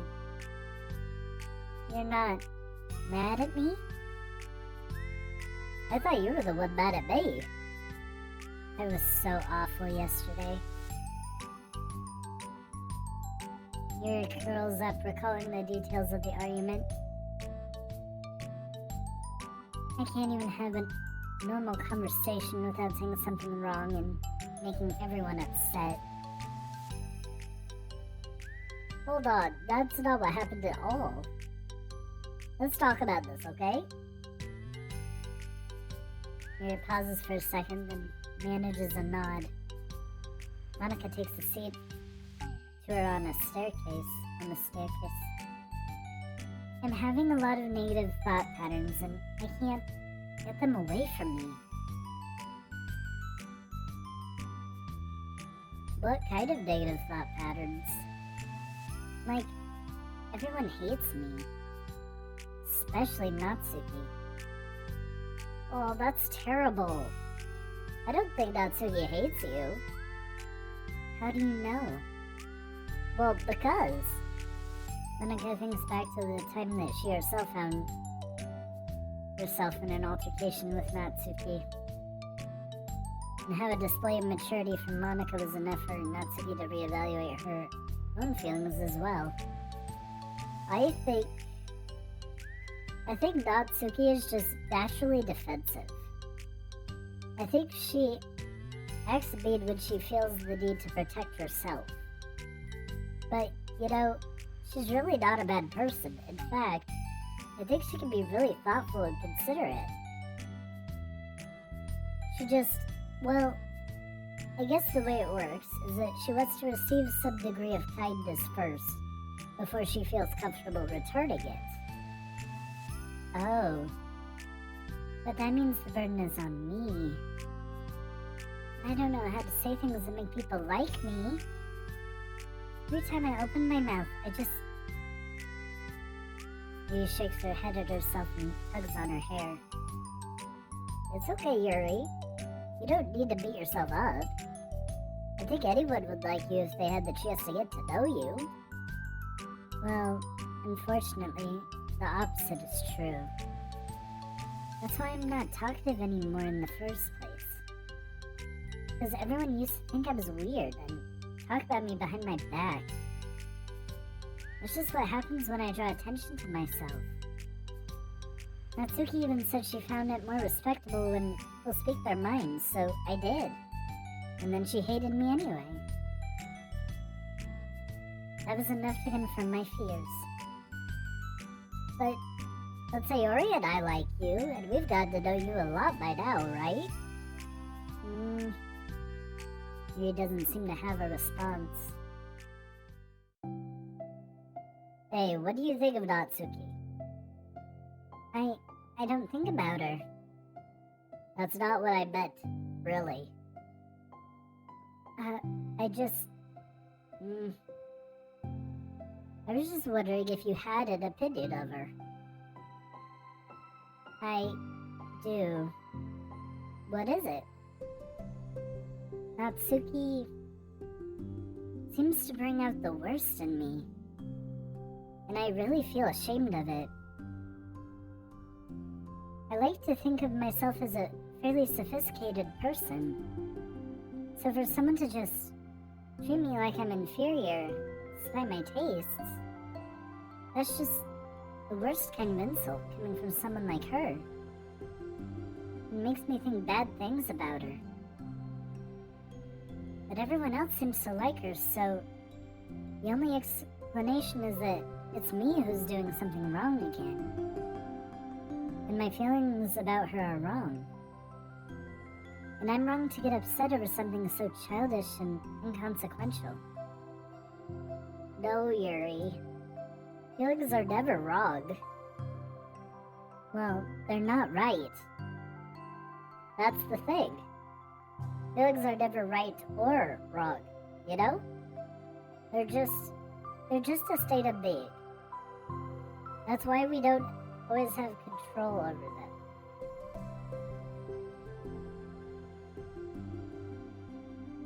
But that doesn't mean they have to control us. I feel like that's something I learned around when I first started the club. We can hate ourselves for feeling a certain way about things. Or we can, you know, just acknowledge that they exist and try to understand them better. I could never be mad at you for just feeling a certain way. It's about how you handle them. And I think working through feelings is a great opportunity for teamwork. Yuri wears a dejected expression. You make it sound so easy. You're so mature. And so good with people. I feel like such a child in comparison. Oh, Yuri. I'm far from perfect. But these are learned skills. They didn't come naturally to me either. It's really hard to, reflect on yourself and separate your feelings from your thoughts. I just want to be a good person. Well, I think it takes a good person to get this far. That's not good enough. I want to be able to communicate it to her. Communicate what? How I feel. How it makes me feel frustrated and upset when she's so negative and dismissive of the things that mean so much to me. And how it reminds me of me. Because I know what it's like to feel misunderstood and angry at everyone. I know that telling yourself you're better than everyone else is just a defense mechanism. We're just people. We're fragile and unstable. But I'm just tired of that getting in the way. I can't stand it when the peace is disturbed like this. Yeah, you can't focus on your reading when peace is disturbed, right? Because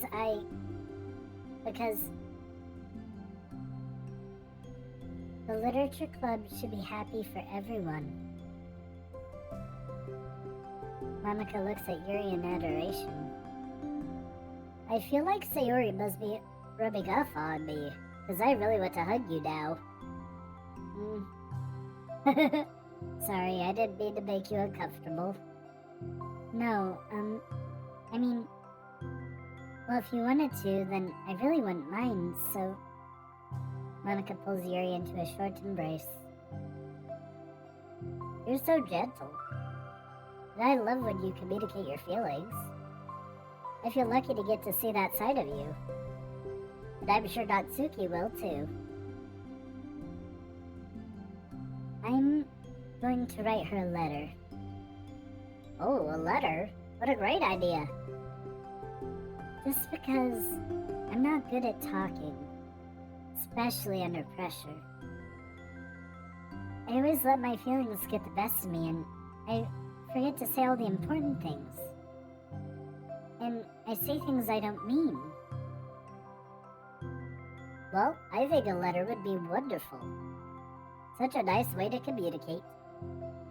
Yuri's face hardens with determination. People don't naturally gravitate towards me like they do for you and Sayori. My personality just isn't suited for that.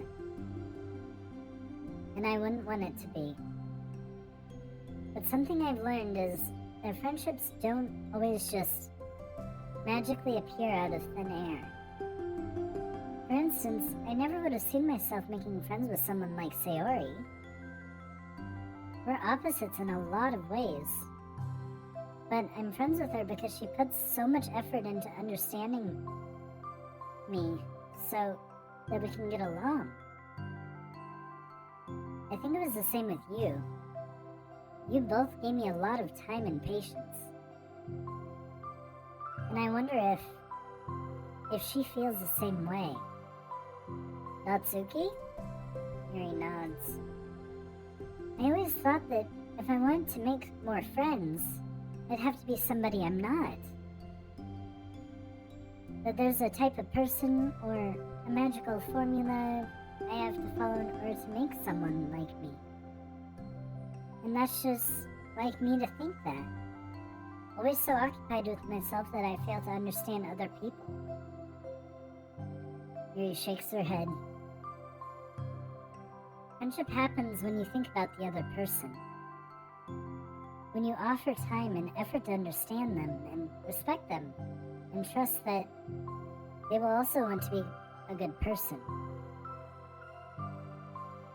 That's what I learned through my observations in the literature club. Observations? Monika is caught by surprise. Yuri's always kept to herself so much that it's so unusual to hear her suddenly talk about the club like this. Yuri gently smiles to herself. You always let me listen to your thoughts about people. Sayori, too. And it makes me happy because I learn a lot of things. That's so sweet. I had no idea it meant that much to you. Monika never thought much of it, but in the past weeks, Yuri always seemed to be especially attentive when it comes to problems and concerns of others. Always wanting to listen and learn more about her friends in the club. It's true. Sayori and Monika are naturally more comfortable with other people, and can more easily work through situations of conflict. But that doesn't make them better people. Everyone has strengths and weaknesses, and the capacity to improve. And the first step towards improving oneself is reflection and self-awareness. It's something that Yuri never gave herself enough credit for, but that Monika can recognize as an incredible trait. And with that, her confidence in the club is restored.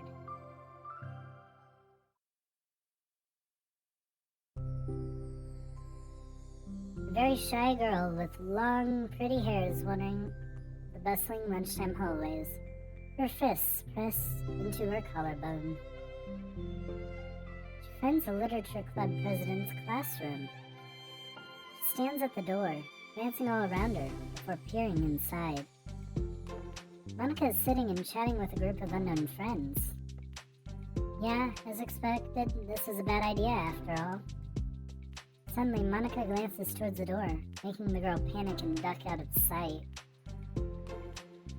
Before she can regain composure and decide for sure to leave, the classroom door gently opens. Yuri, was surprised to see you during lunch. Yuri squeaks a response. Please, help me. What? Is everything okay? Yuri shakes her head. I don't know how to write letters. Thank goodness, I thought there was some kind of emergency. Monika briefly glances over her shoulder at her other friends. You want some help? We could go find an empty classroom or something. Is that okay? I feel bad taking you away from your friends. It's totally fine, I promise. We weren't really doing anything. One sec. Monika trots back into her classroom, says something like, I gotta go, to her friends, and grabs a pen off her desk before returning to Yuri. Okay, let's find somewhere quiet. Yuri nods and follows Monika as the two of them set off.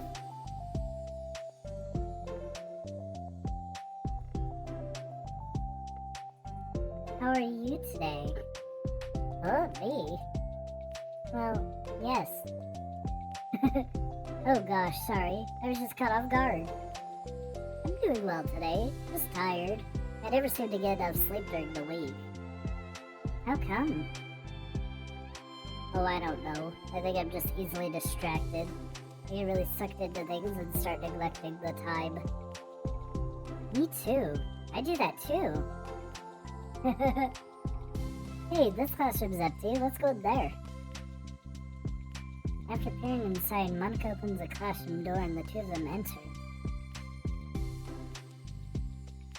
Yuri's moment of relaxation ends. She watches as Monika pulls two chairs up to the same desk, then obeys as Monika beckons her to take a seat. She stares down at the empty desk. You nervous? I don't want to do this. We don't have to. We can come up with something else. Yuri shakes her head. It's my chance to do something good. I need to take initiative. Gosh, you must be really determined. I know how hard it is to step out of your comfort zone. I'll be sure to encourage you. Yuri pushes through her anxiety and grabs a handful of lined paper from her notebook. Then she picks up her pen. Hey, you're left-handed? That's an E. Ah, yeah. Now I don't have to worry about bumping your arm. Monika playfully rubs her shoulder against Yuri's. Sorry, I'm just being silly, I guess. Anyway, how about we start by listing the different things you want to say to her? Yuri thinks. I feel embarrassed all of a sudden.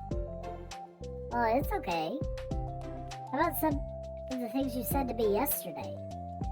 But, never mind. I guess I'll try. Yuri thinks for a moment longer, her tension evident. Then she writes the word reflection. This is about my reflection on our behavior. The key question is why we act like this towards each other, but have been able to separately be friends with Sayori and Monika. That's me! Yes, it is. So, Yuri thinks, I've been able to befriend the two of you because you've taken the time to understand my needs and respect my interests. The same goes for Natsuki, too. We started off as pretty hostile towards each other because I was worried about getting what I wanted. But she just wanted to be respected more than anything else. Once I stopped making it all about me, she was able to do the same. I want to do that too. So what kinds of things do you want to do for her? I want to do the same things for her that I like to receive. I like when people respond positively to the things I talk about and not just brush me off. I like it when my feelings are taken seriously. And I like when you and Sayori trust that I want to be a good person, even when I'm not doing a good job at it. Let's write those things down. Okay. Here, write some things down. I think the most important thing to remember here is that Natsuki is feeling vulnerable. So we should make sure that the letter puts her first. It's hard when you're feeling hurt, but it never helps to just tell someone all the things that they're doing wrong. I think first, you have to make sure that they know that you're ready to respect them and listen to them, and admit the things that you feel you can do better. Then finally, you ask what you would like in return. How does that sound for the structure? It could be three paragraphs, one for each of those points. I like that. My thoughts were so disorganized, I had no idea how to come up with any kind of structure. You're so amazing at these things. Oh, stop. You've done so much more than you know. That is not what that said. You've done so much more than I have, you know. You spent so much time reflecting and being open-minded that's the hardest thing for anyone to do. All I'm doing is helping you to put it to a piece of paper. So I think you're the amazing one. Monika gives Yuri's hand a quick squeeze. But as she lets go, she's caught by surprise when Yuri curls her fingers to hook Monika's hand in place. For a while, they sit like that in silence, save for the occasional scratching of Yuri's pen against the paper. Yesterday, you told me something that I'm thinking a lot about. What was that? The thing about how feelings aren't right or wrong, and that they're just a state of being we need to come to terms with. It made me think about how a person's behavior isn't always just how they decide to be. It's also made up of their past experiences and their insecurities. I think that helps me see other people as actual people, rather than as insignificant side characters who are out to get me somehow. Is that how you felt about Natsuki? Yuri nods. But in reality, everyone is always trying their best, and everyone wants to be happy. Monika peers over at Yuri's paper, but to her surprise, Yuri pulls it in closer, partially covering it with her arm. I have to be able to read it to help you out, you know. It's okay. My thoughts are a lot more organized now. And after being able to talk to you about it, now that I'm actually putting it on paper, I realize I'd prefer others not to read it. Yuri laughs softly to herself, a rare expression. I'm kind of glad to hear that, actually. I somehow keep finding ways to butt into the whole thing. I've done enough damage. But it's also been so wonderful talking about this. I mean, I always thought you were really smart, but your smiles. I will always be terrible at these things. People are just so incomprehensible to me. I'll never get the hang of being one. But listening to you so much has really helped me make sense of some things. So don't call it damage, please. Monika gives Yuri a gentle smile.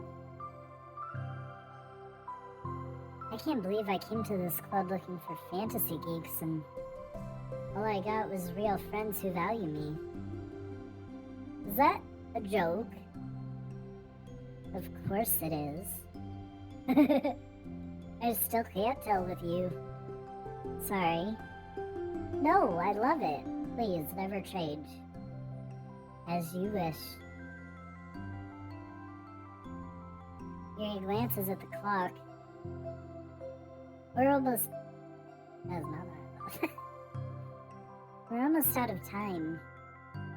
Will you be able to finish it? Before the end of the day, probably.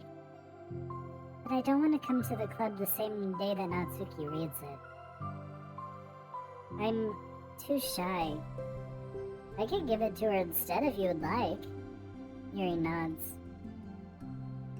As long as you promise not to read it. Of course, I promise. Thank you. Yuri exhales and the two stand up. I'll message you when it's ready. Monika nods. Good luck. I'm here if you need me. Yuri returns the nod and the two depart.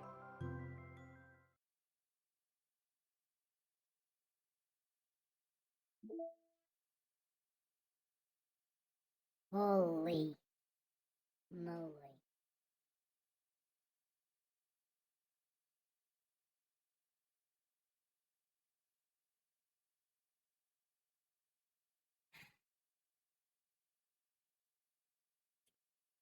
I hate that we're on the last one.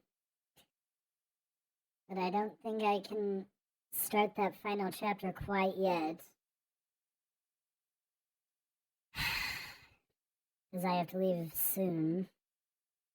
So I think that's all that we'll get through this as of right now.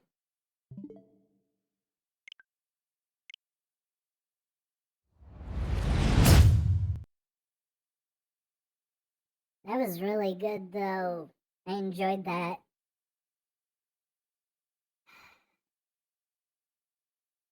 I will say so far the first chapter of the entire thing definitely hit me the hardest, but all of those were really good and emotional. I loved it.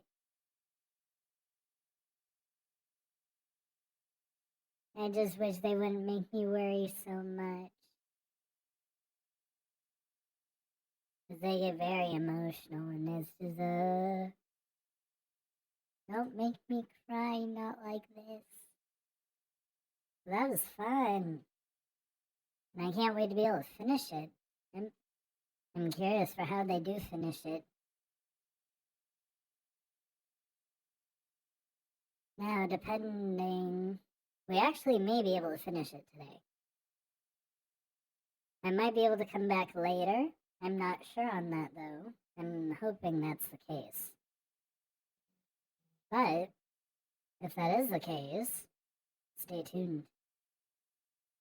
If that is able to happen, it will likely be quite a few hours from now.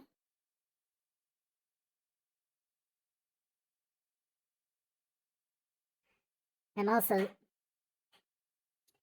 Gosh, we could have just finished it all the first time, because I didn't have a time limit that day. Then internet went out for 10 hours and couldn't do anything. That's great.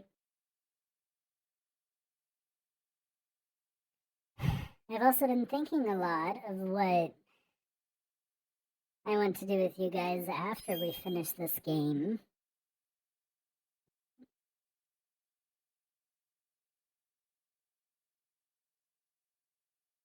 I've been trying to think a lot. We've been talking a lot on this channel about bringing a lot more diverse content rather than just playing games and that being all that we do. So we've been trying to figure out other stuff. For me specifically, with the ideas we've been coming up with, I won't be able to do that very easily with you guys, just because of the kind of stuff that we've been coming up with. But I have been on the search for some games that we could play. Because at first, the sorts of games that I wanted to play, I did not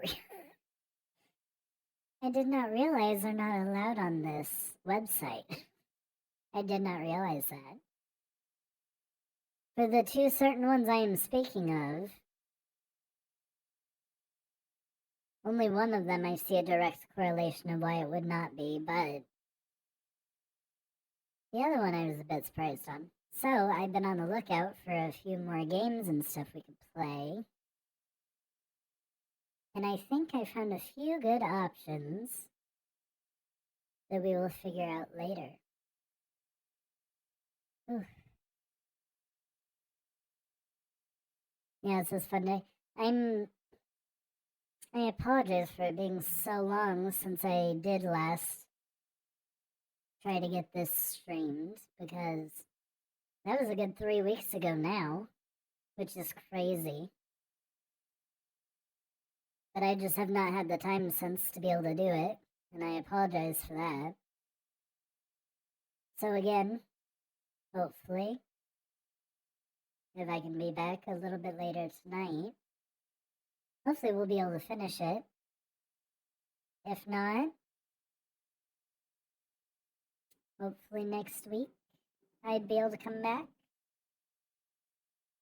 And then I know we've been talking a lot behind the scenes, and I think the others are going to start kicking off a lot of the more different kinds of content. Because we realize it's, well, one, it would be nice if we were here more.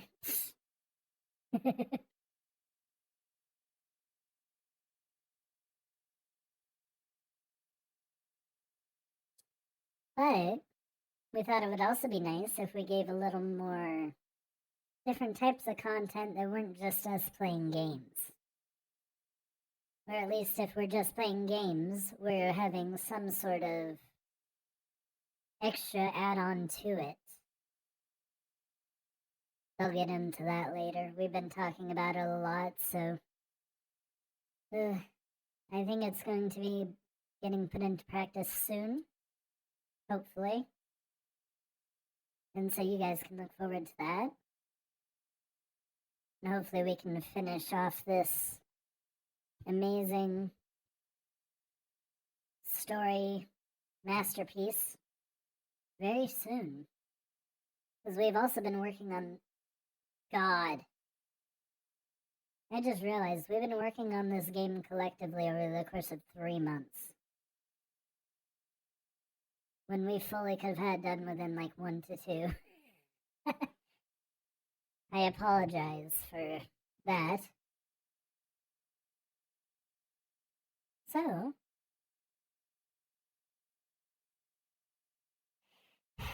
hopefully I'll see you guys soon. And hopefully soon as tonight. If not, it will likely be next week. Hope you all have a good rest of your night, and I will see ya. We're not all elastic, but maybe there's magic. Believe you could have it, and I know of sadness, the anxious and panic, the infinite vastness of all that